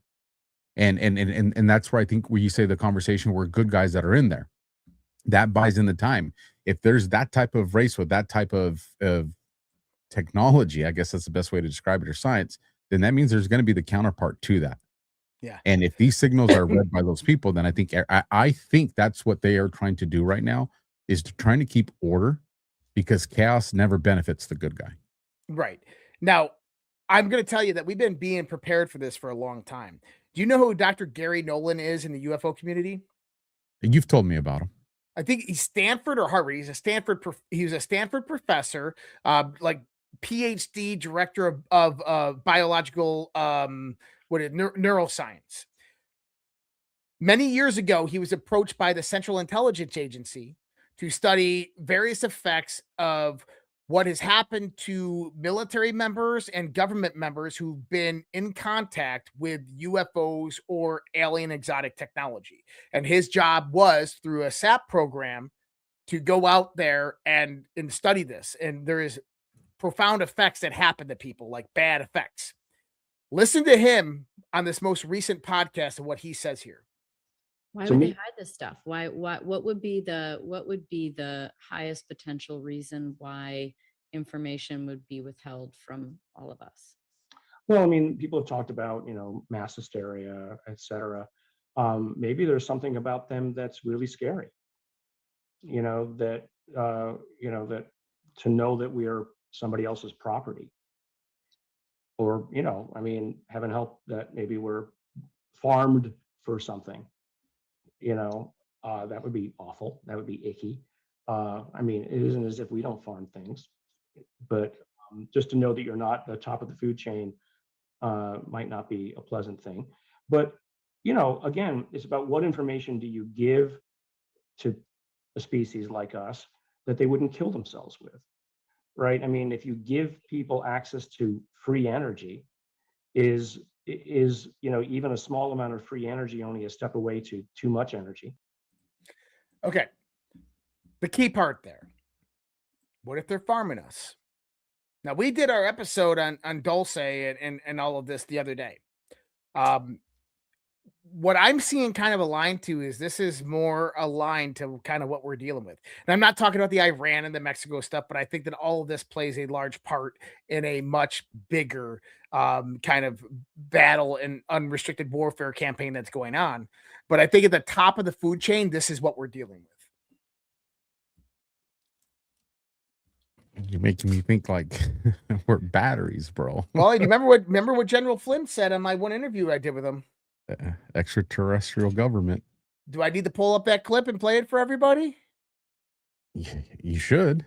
Because there was a statement made today. As a matter of fact, I think I bookmarked it, and I was like, "Holy shit!" It brought me back to that conversation we had. Let me look and see if I grabbed it, because it brought up extraterrestrial, but if I'm going off memory here, I don't remember it being, because it was something that had to do with anything that was aliens. Go ahead. I want to interrupt. Let me play this clip for you guys. This is an interview I did a few years back with General Flynn. I want you to listen to what he says here. Oh my God, what he'll be able to discover.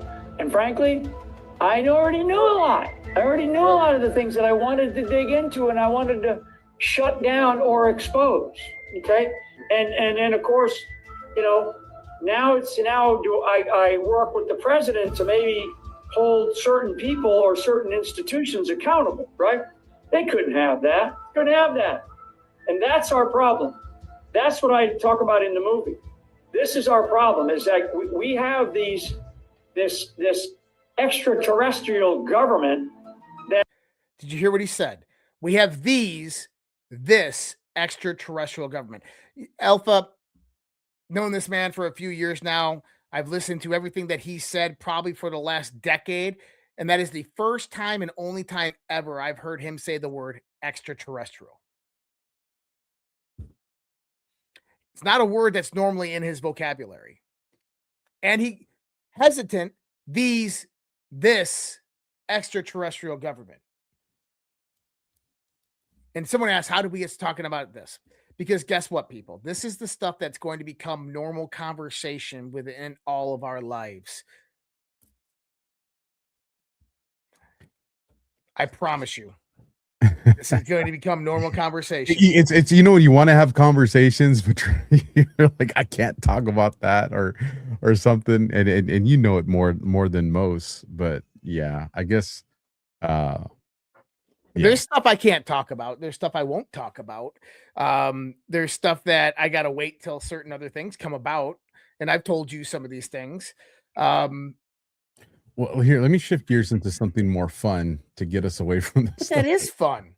It is fun, but to get us away from the stuff that, you know, can't necessarily be discussed right now. And it plays into, you know, the what was that theme music from? What was that TV show? X-Files? X-Files, yeah. Did you see this video clip? Let me bring this up on the screen right here. Did you see this? Oh, I did. Isn't this nuts? This is crazy. So check this out. Let me hit play for you guys We real live in quick. a simulation. That's exactly what this shows. This has to be one of the most unbelievable things in sports history. What if I told you that Jack Hughes' goal was 46 years in the making? What if I told you that Jack Hughes was cut from Team USA? This is fucking insane. Now, Team USA wins gold on the 46th anniversary of the Miracle on Ice. It's absolutely mind-blowing. Everyone knows the movie Miracle. Look, you know Miracle? Oh, yeah. Do you know what happens in the 51st minute of Miracle? Something absolutely fucking crazy. Nothing to see here, just the boys practicing. Just the boys out there getting ready for the Olympics. Unbelievable movie. Best movie of all time. Now, right there, can you tell me the name that was just cut? Did that say Jack Hughes? Can you tell me the name on the tape of the locker being ripped off? Jack Hughes. Who was the man who scored the game-winning goal 46 years later? Jack Hughes. Jack fucking Hughes. This is unbelievable. What in the Sim shit is this? I could have swore this was AI. Jack Hughes was cut from the 1980 Olympic hockey team just moments before the Olympics. They didn't cut Jack Hughes. They delayed Jack Hughes. This all started with Jack Hughes and it ended with Jack Hughes. Jack Hughes walked so Jack Hughes could run. If this doesn't give you full-body chills, I don't know what will. Jack Hughes, born 1957, Somerville, Mass, played hockey at Harvard, came this close to winning gold. Jack Hughes, born in 2001, Olympic hero, gold medal winner. Right out of Back to the Future. It's unbelievable. It's nuts, isn't it? You're muted. I can't hear a word you're saying. I was giving out the secrets of the world. We're in a damn simulation. Yeah. Like, how else do you? I mean, come on. Are we just gonna say these things are coincidences? Or are we gonna start entertaining the conversation of time travel? As a matter of fact, was it Anna Paulina Luna or Bobert? I want to say it was Luna that put out that graphic a few days ago that looked like something that would represent time travel. You know, I'm not a science guy. You know what I'm talking about or no? Did she put out like a wormhole, connecting wormhole or something like that? It was like connecting wormholes or like black holes or something like that. Yeah, that's the one I was talking about. I don't know, man. It's weird shit. I mean, when you start to get into various different theories that have been driven within the UFO community for a long time, you get the idea of what's her name? Amy. Man, I'm in the wrong count. So I can go to my history and find it. But the idea of, there you go, Amy Eskridge. If people don't know the story of Amy Eskridge, you ever heard? Okay, I'm not familiar with that name. So there's a story, there's a Zoom call out here. It's 3 hours long with Amy Eskridge. Okay. And Amy Eskridge, she lives down in Alabama, down where Huntsville, where all of the innovation for NASA and that stuff goes on. Her father is a well-known NASA propulsion scientist. Okay. Massive amounts of paper, still works for NASA. They had a company called, I think it was Exotic Propulsion Technology, her and her father. Now, Amy is a child prodigy.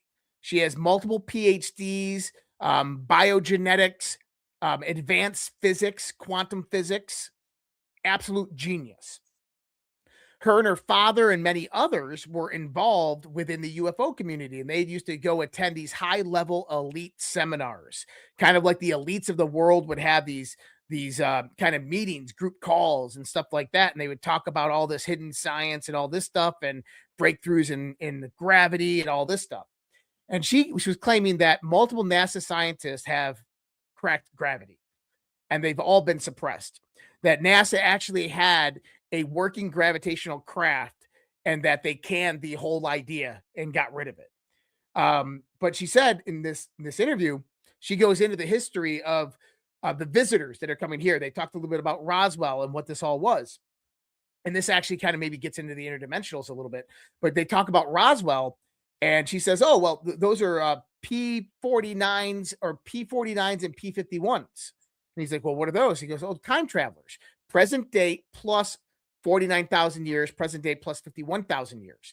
And so she says that the story is that there's these time travelers that are humans, highly advanced humans, 50,000 years in the future. We look nothing like us now, but we look like us now, but we're more advanced.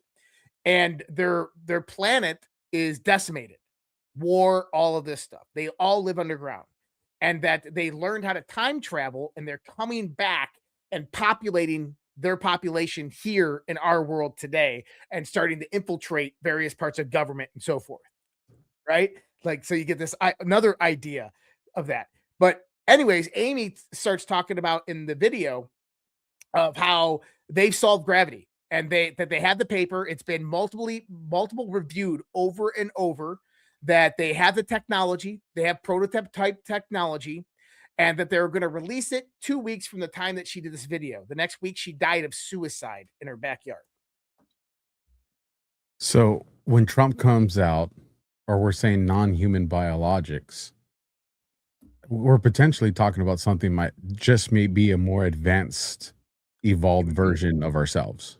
So and this is kind of what you pointed out the other day, is that when Trump says this, like, oh, that's a very interesting topic, is that maybe what he's been briefed on, or what he knows, is that these things are not necessarily from other planets, but just from another time. And if you guys understand what a Mandela effect is, one of the ideas behind the Mandela effect is not that we live in a simulation. Save that for Guardian. Save that for Guardian. Well, not that we live in a simulation for that one. But instead is that it's the subtle changes to the timeline that cause these temporal deviations, which we call Mandela effects. Yeah, so just to hook you guys want to watch, Guardian and the Overwatch this week, because one of the things that we're going to be covering at length on this one is actually it's going to be the next one, because we have a special guest. Yes, we have a special guest this week.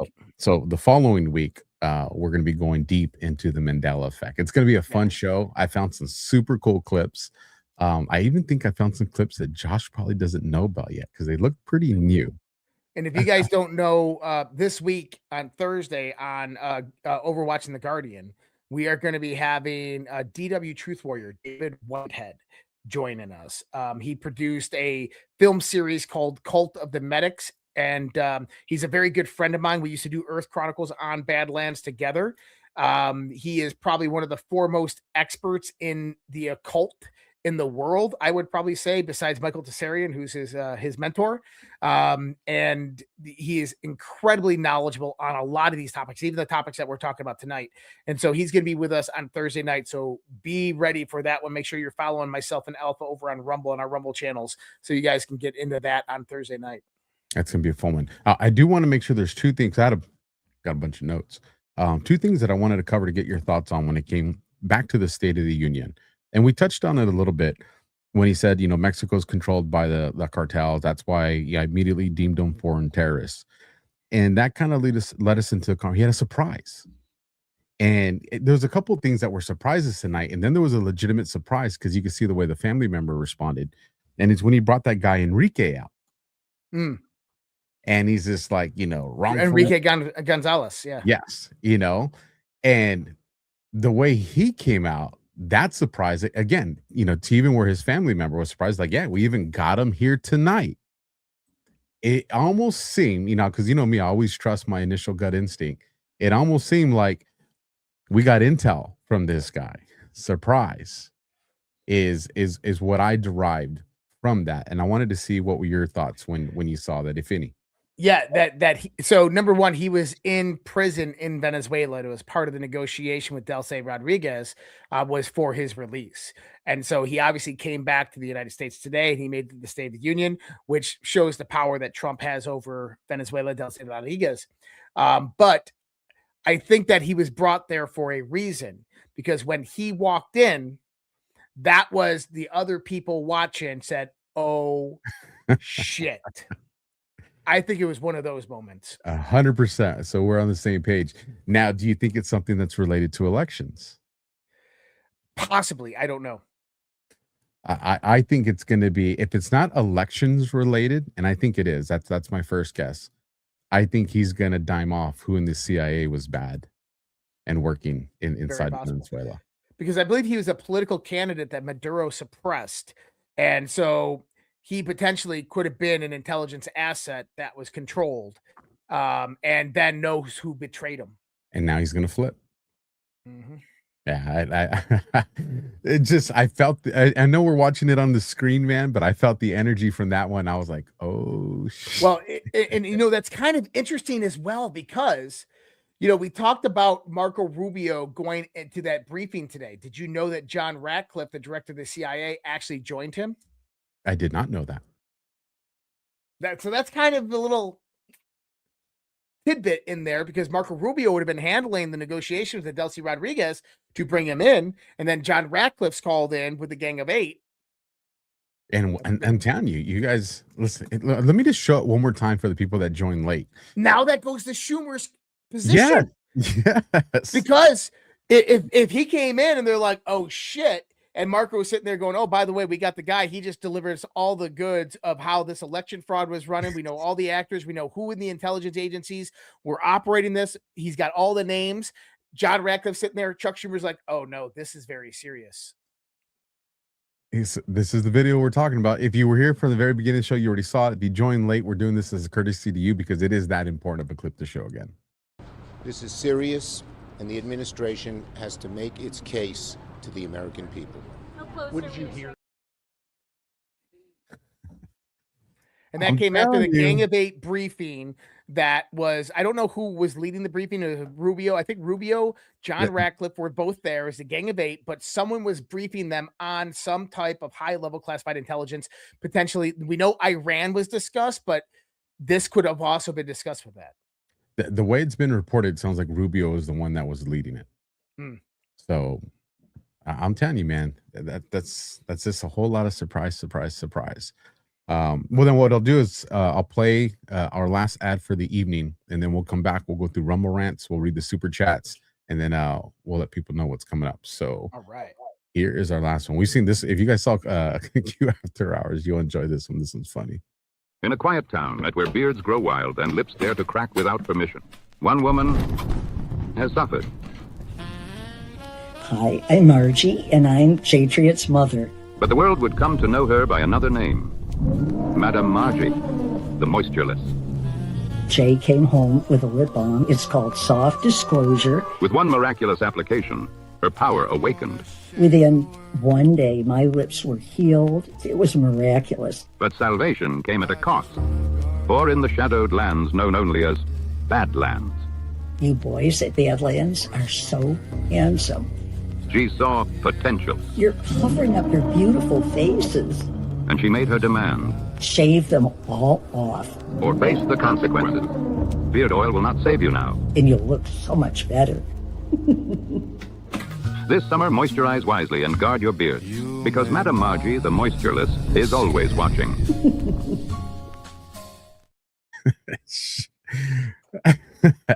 Dad says that one's probably one of my favorites, bro. Like that one goes down as one of my favorites. Well, you know she's talking about me because I'm the one that shaved. I gotta do that. I gotta shed a few more pounds to get that young jawline. I already got it coming back in. And got that Sean Connery look going on over there. I'm gonna have it back by Dart. There you go. So if you're new to the show, we hope you enjoyed the content. The content is free, so do us a solid, smash the thumb, hit the heart, leave us a comment. Continue to keep this show in the top 10 because that's where you guys put it. You guys put DEFCON in the top 10 every single week over there on Rumble. So that's definitely a testament to the solid audience we have. But we will be doing the Rumble rants. So if you guys want to get those in, and then following the Rumble rants, we'll be getting into the super chats for those of you that want to give one of those. So let me take this off the screen to make it a little easier to see. And like Kim K, we'll start from the bottom. And now we're here. $20 coming in from G Move. This is for you, my friend, Mr. Josh Reid. To the rest of the room, here's your $20 challenge. FWIW 20 is my lucky number. LFG move. Let's fucking go. I love those kind of challenges. Thanks, Gary. Appreciate it, buddy. And challenge accepted. It looks like $20 from Hippie Soul 78. Thank you. I know it's exhausting, but I really appreciate and love all of your podcasts. Definitely exhausting, but definitely a lot of fun too. $20 coming in from Jolly Old Soul 77. The left is seriously delusional. So thank you guys. And common sense. And speaking of that, this was the other thing I forgot to mention on my last note. We know, as a matter of fact, I think it's a Delta for tomorrow. Let me hold on. It's worth bringing. I got to make a quick comment on this. Go for Do you think that Hippie Soul 78 and Jolly Old Soul 77 are married? I mean, damn, it could be. I think so. I mean, they're close in age. We got Jolly Old Soul and then Hippie's Soul 78. I think that they might be married. I you know what? That's some detective work right there, man. I like it. I'm a genius. So, Come on. you are definitely a genius. So yes, it is a Delta for tomorrow. I remember checking this before we went live. Post 3885. It's a link from the nationalreview.com, but it says, this is Q speaking. These people are sick. Q. And if you're watching the State of the Union today, Trump said, he didn't say sick, but he goes, these people are crazy. And he points. Now, granted, he didn't say sick, but he goes, these people are crazy. And he points. Crazy is sick. I agree with you. But when he points, that's that exclamation mark, right? That's the amplification of the statement he's making. And then the post reads, these people are sick with the exclamation mark. To me, it was close enough, given that tomorrow's a Delta for that. It caught my attention. I bet he'll come out tomorrow and say these people are sick. Would love it.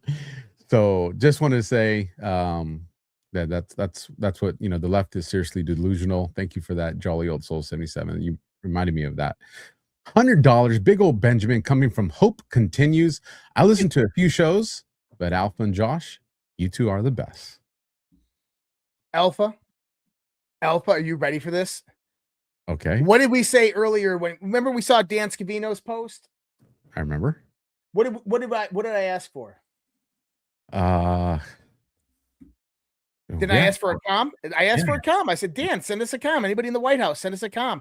You ready for it? No, hold on. Hold that down real quick. Let me pull this off. All right. Posted at 0055, a 17-second long video.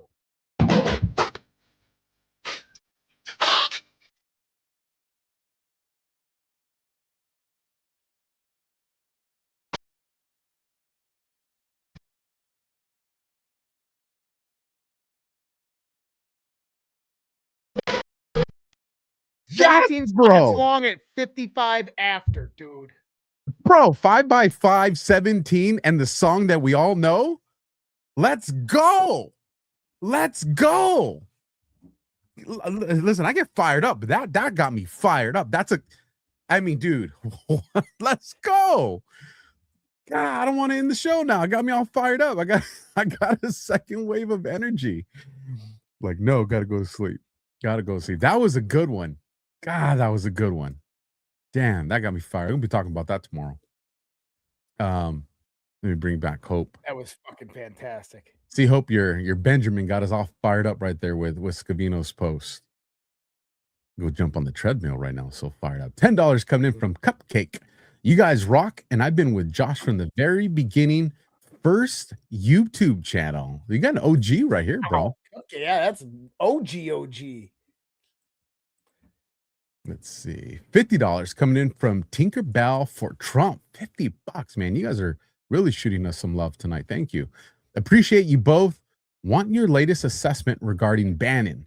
I followed him on Breitbart. Always thought he was Q related. This is going to be a good conversation. Let me just pull this off because I know we're probably going to spend a minute on this.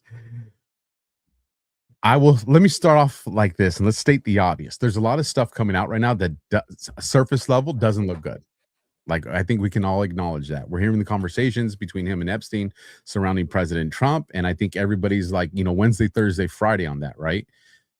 However, you still have Trump that hasn't disavowed him. And that's important because in the past, historically, when stuff's come out about people and it's legitimately there, Trump handles them.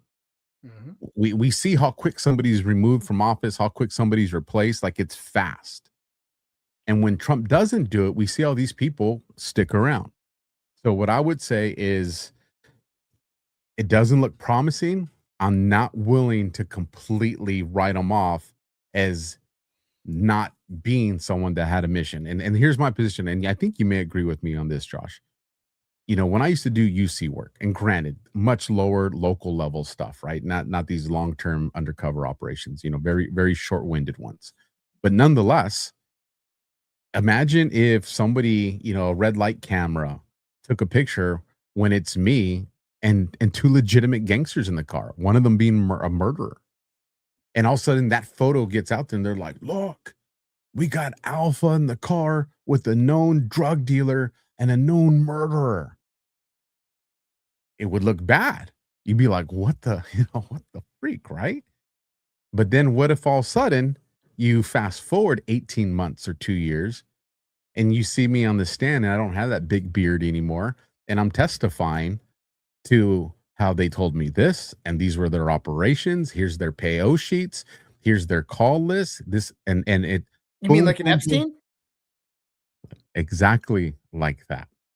Here's the thing, folks. I'm really monitoring Trump's reaction on this one because what I'm seeing, this bad stuff, is exactly what a UC operation would look like. Now, listen, I'm not giving him a pass. I'm just saying I'm open to the idea that it may be that.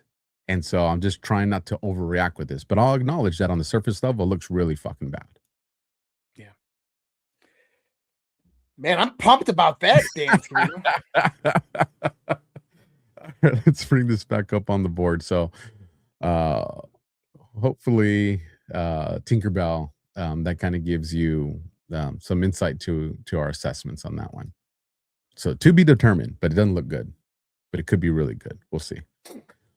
I just confused everybody more. That's okay. $5 from Funky Joe Medina. Josh, you will like a couple books. The Sasquatch Message to Humanity, Book 1 and Book 2 by Sunbow, Our Real History. Ooh. Never heard of this. $20. There's this indie movie on Netflix a few years back called The Son of Rainbow. The Sunbow, it just reminded me of that. But it's like, it was this kid in some third world country who pretended to be Rambo. Fucking hilarious. You're gonna make me look at it just for laughs. $20 coming from Missy Lola. They walk amongst us, and everyone will soon be introduced. Stay grounded. Yep. I know there's some people right now that are thinking, my ex might have been one. So damn dark and evil. $5 from an old timer, Alpha.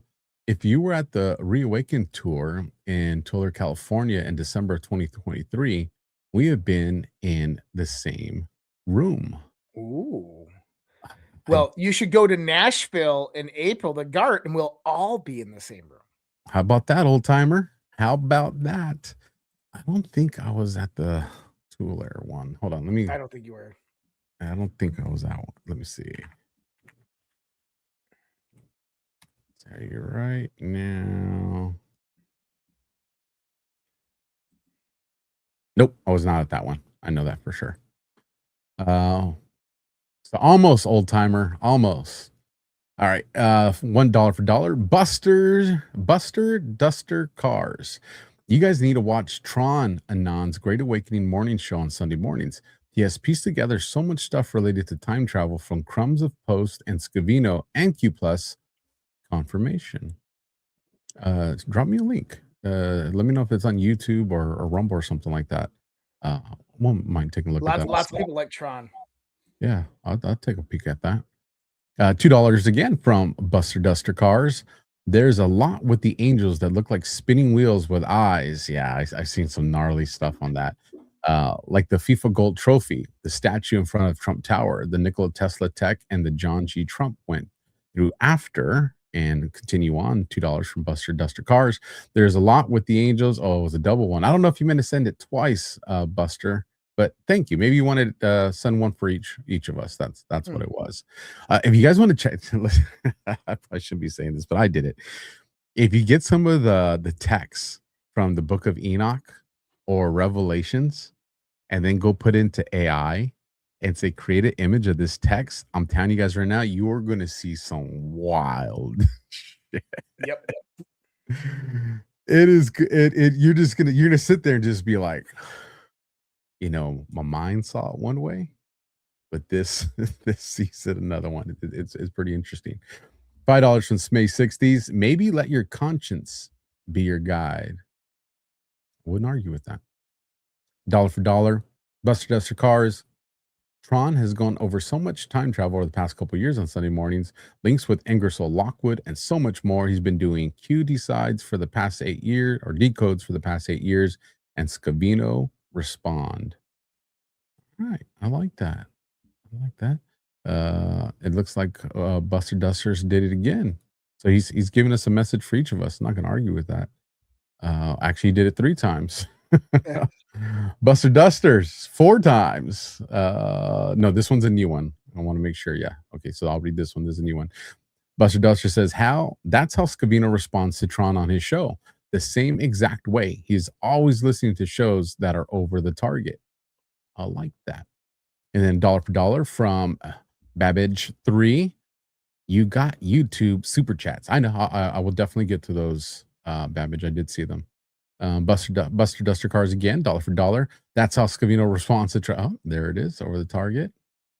I hope you're doing it on purpose, Buster Duster. If not, we're getting a couple extra bucks from you. $5 from Boycott YouTube.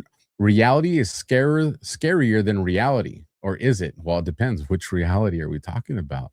Dun, dun, dun. I think it's much scarier than people tend to.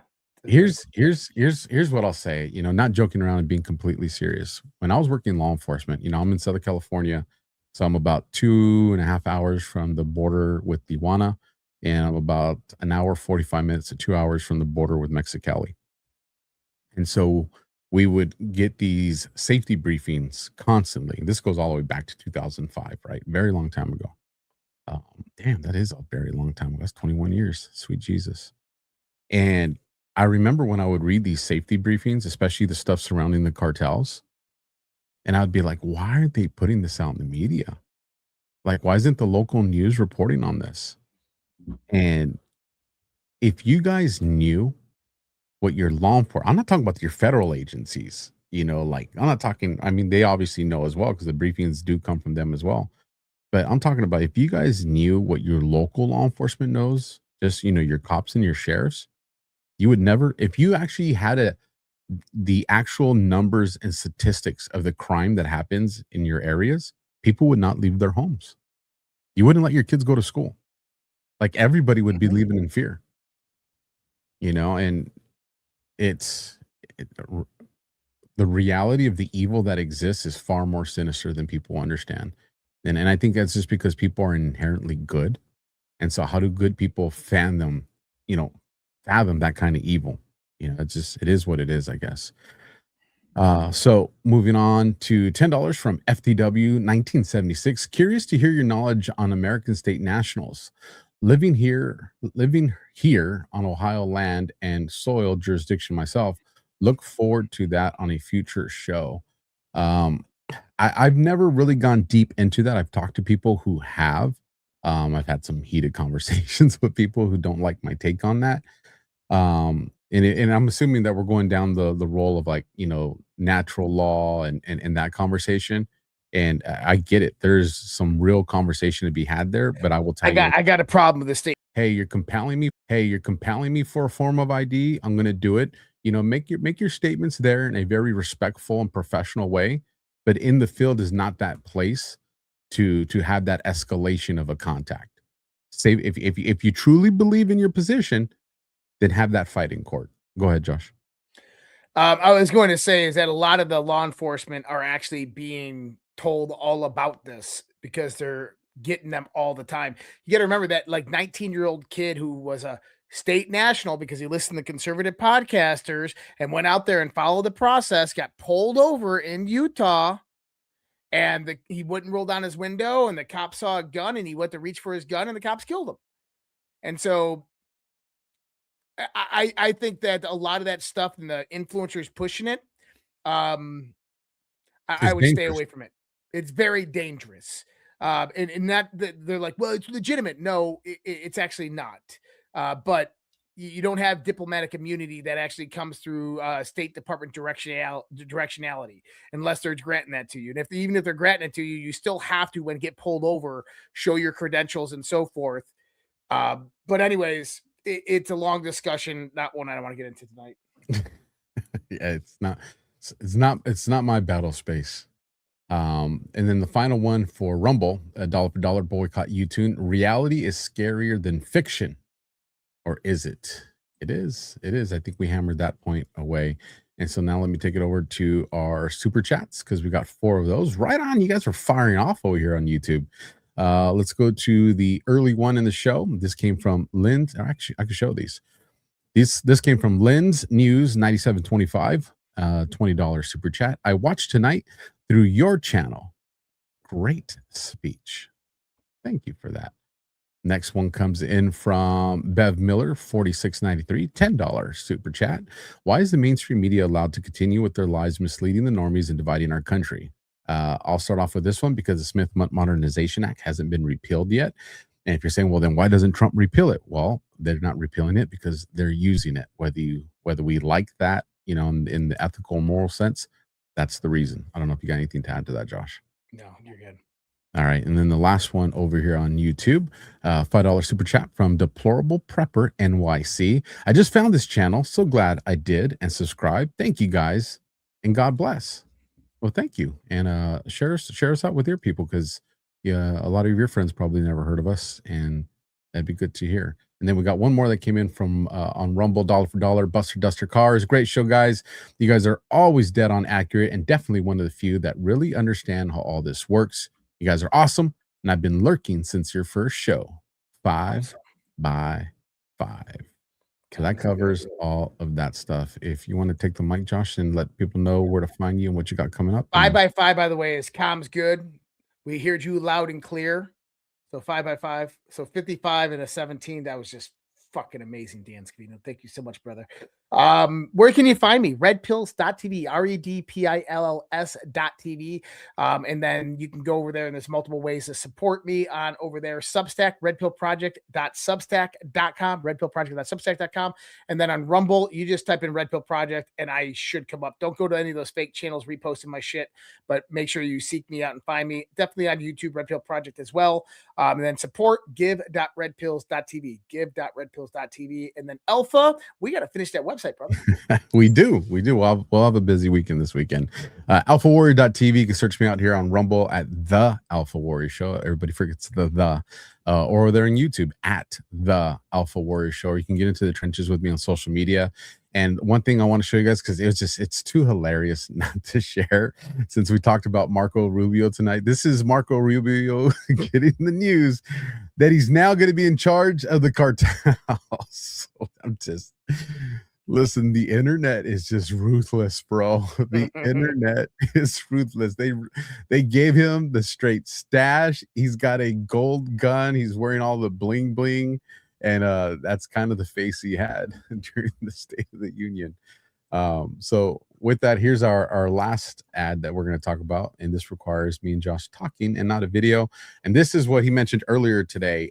In April, Nashville, folks, GART 11 featured speakers that we have is going to be John. You guys know him as Patel Patriot, Chris Paul, Burning Bright, Zach Payne, G Money, Jordan Sather, CanCon, myself, Brad, Ashton America, Jonathan Drake, J Triet, Abby, my boy Josh, JB White, Cam Cooksey, Matt Trump, and Ghost of Bass, Patrick Henry.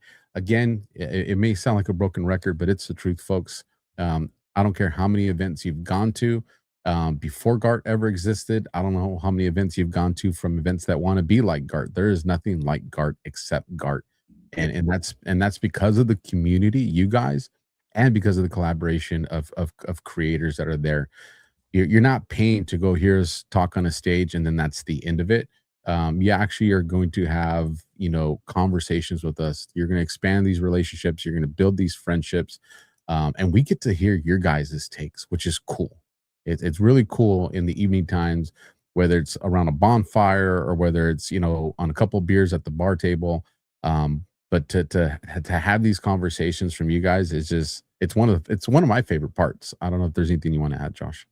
Yeah, it's not a green room where speakers are in the back and you never get to talk to them unless they come out to their table. This is full immersion with everybody on that list. We eat together, we drink together, we don't sleep together, but we obviously commune together in the groups and have great conversations. So I hope to see you guys there. Looking forward to it. So with that, folks, do us a solid, smash the thumb, hit the heart, leave a comment. Let's get this show to the #1 spot. Again, that'd be nice. We'll catch you guys on the next one. Remember, Overwatch and The Guardian Thursday at 11 p.m. Eastern, 8 p.m. Pacific. And I think the math on that would be 10 Central or something like that. We'll see you guys next time. 10 Central. Yep.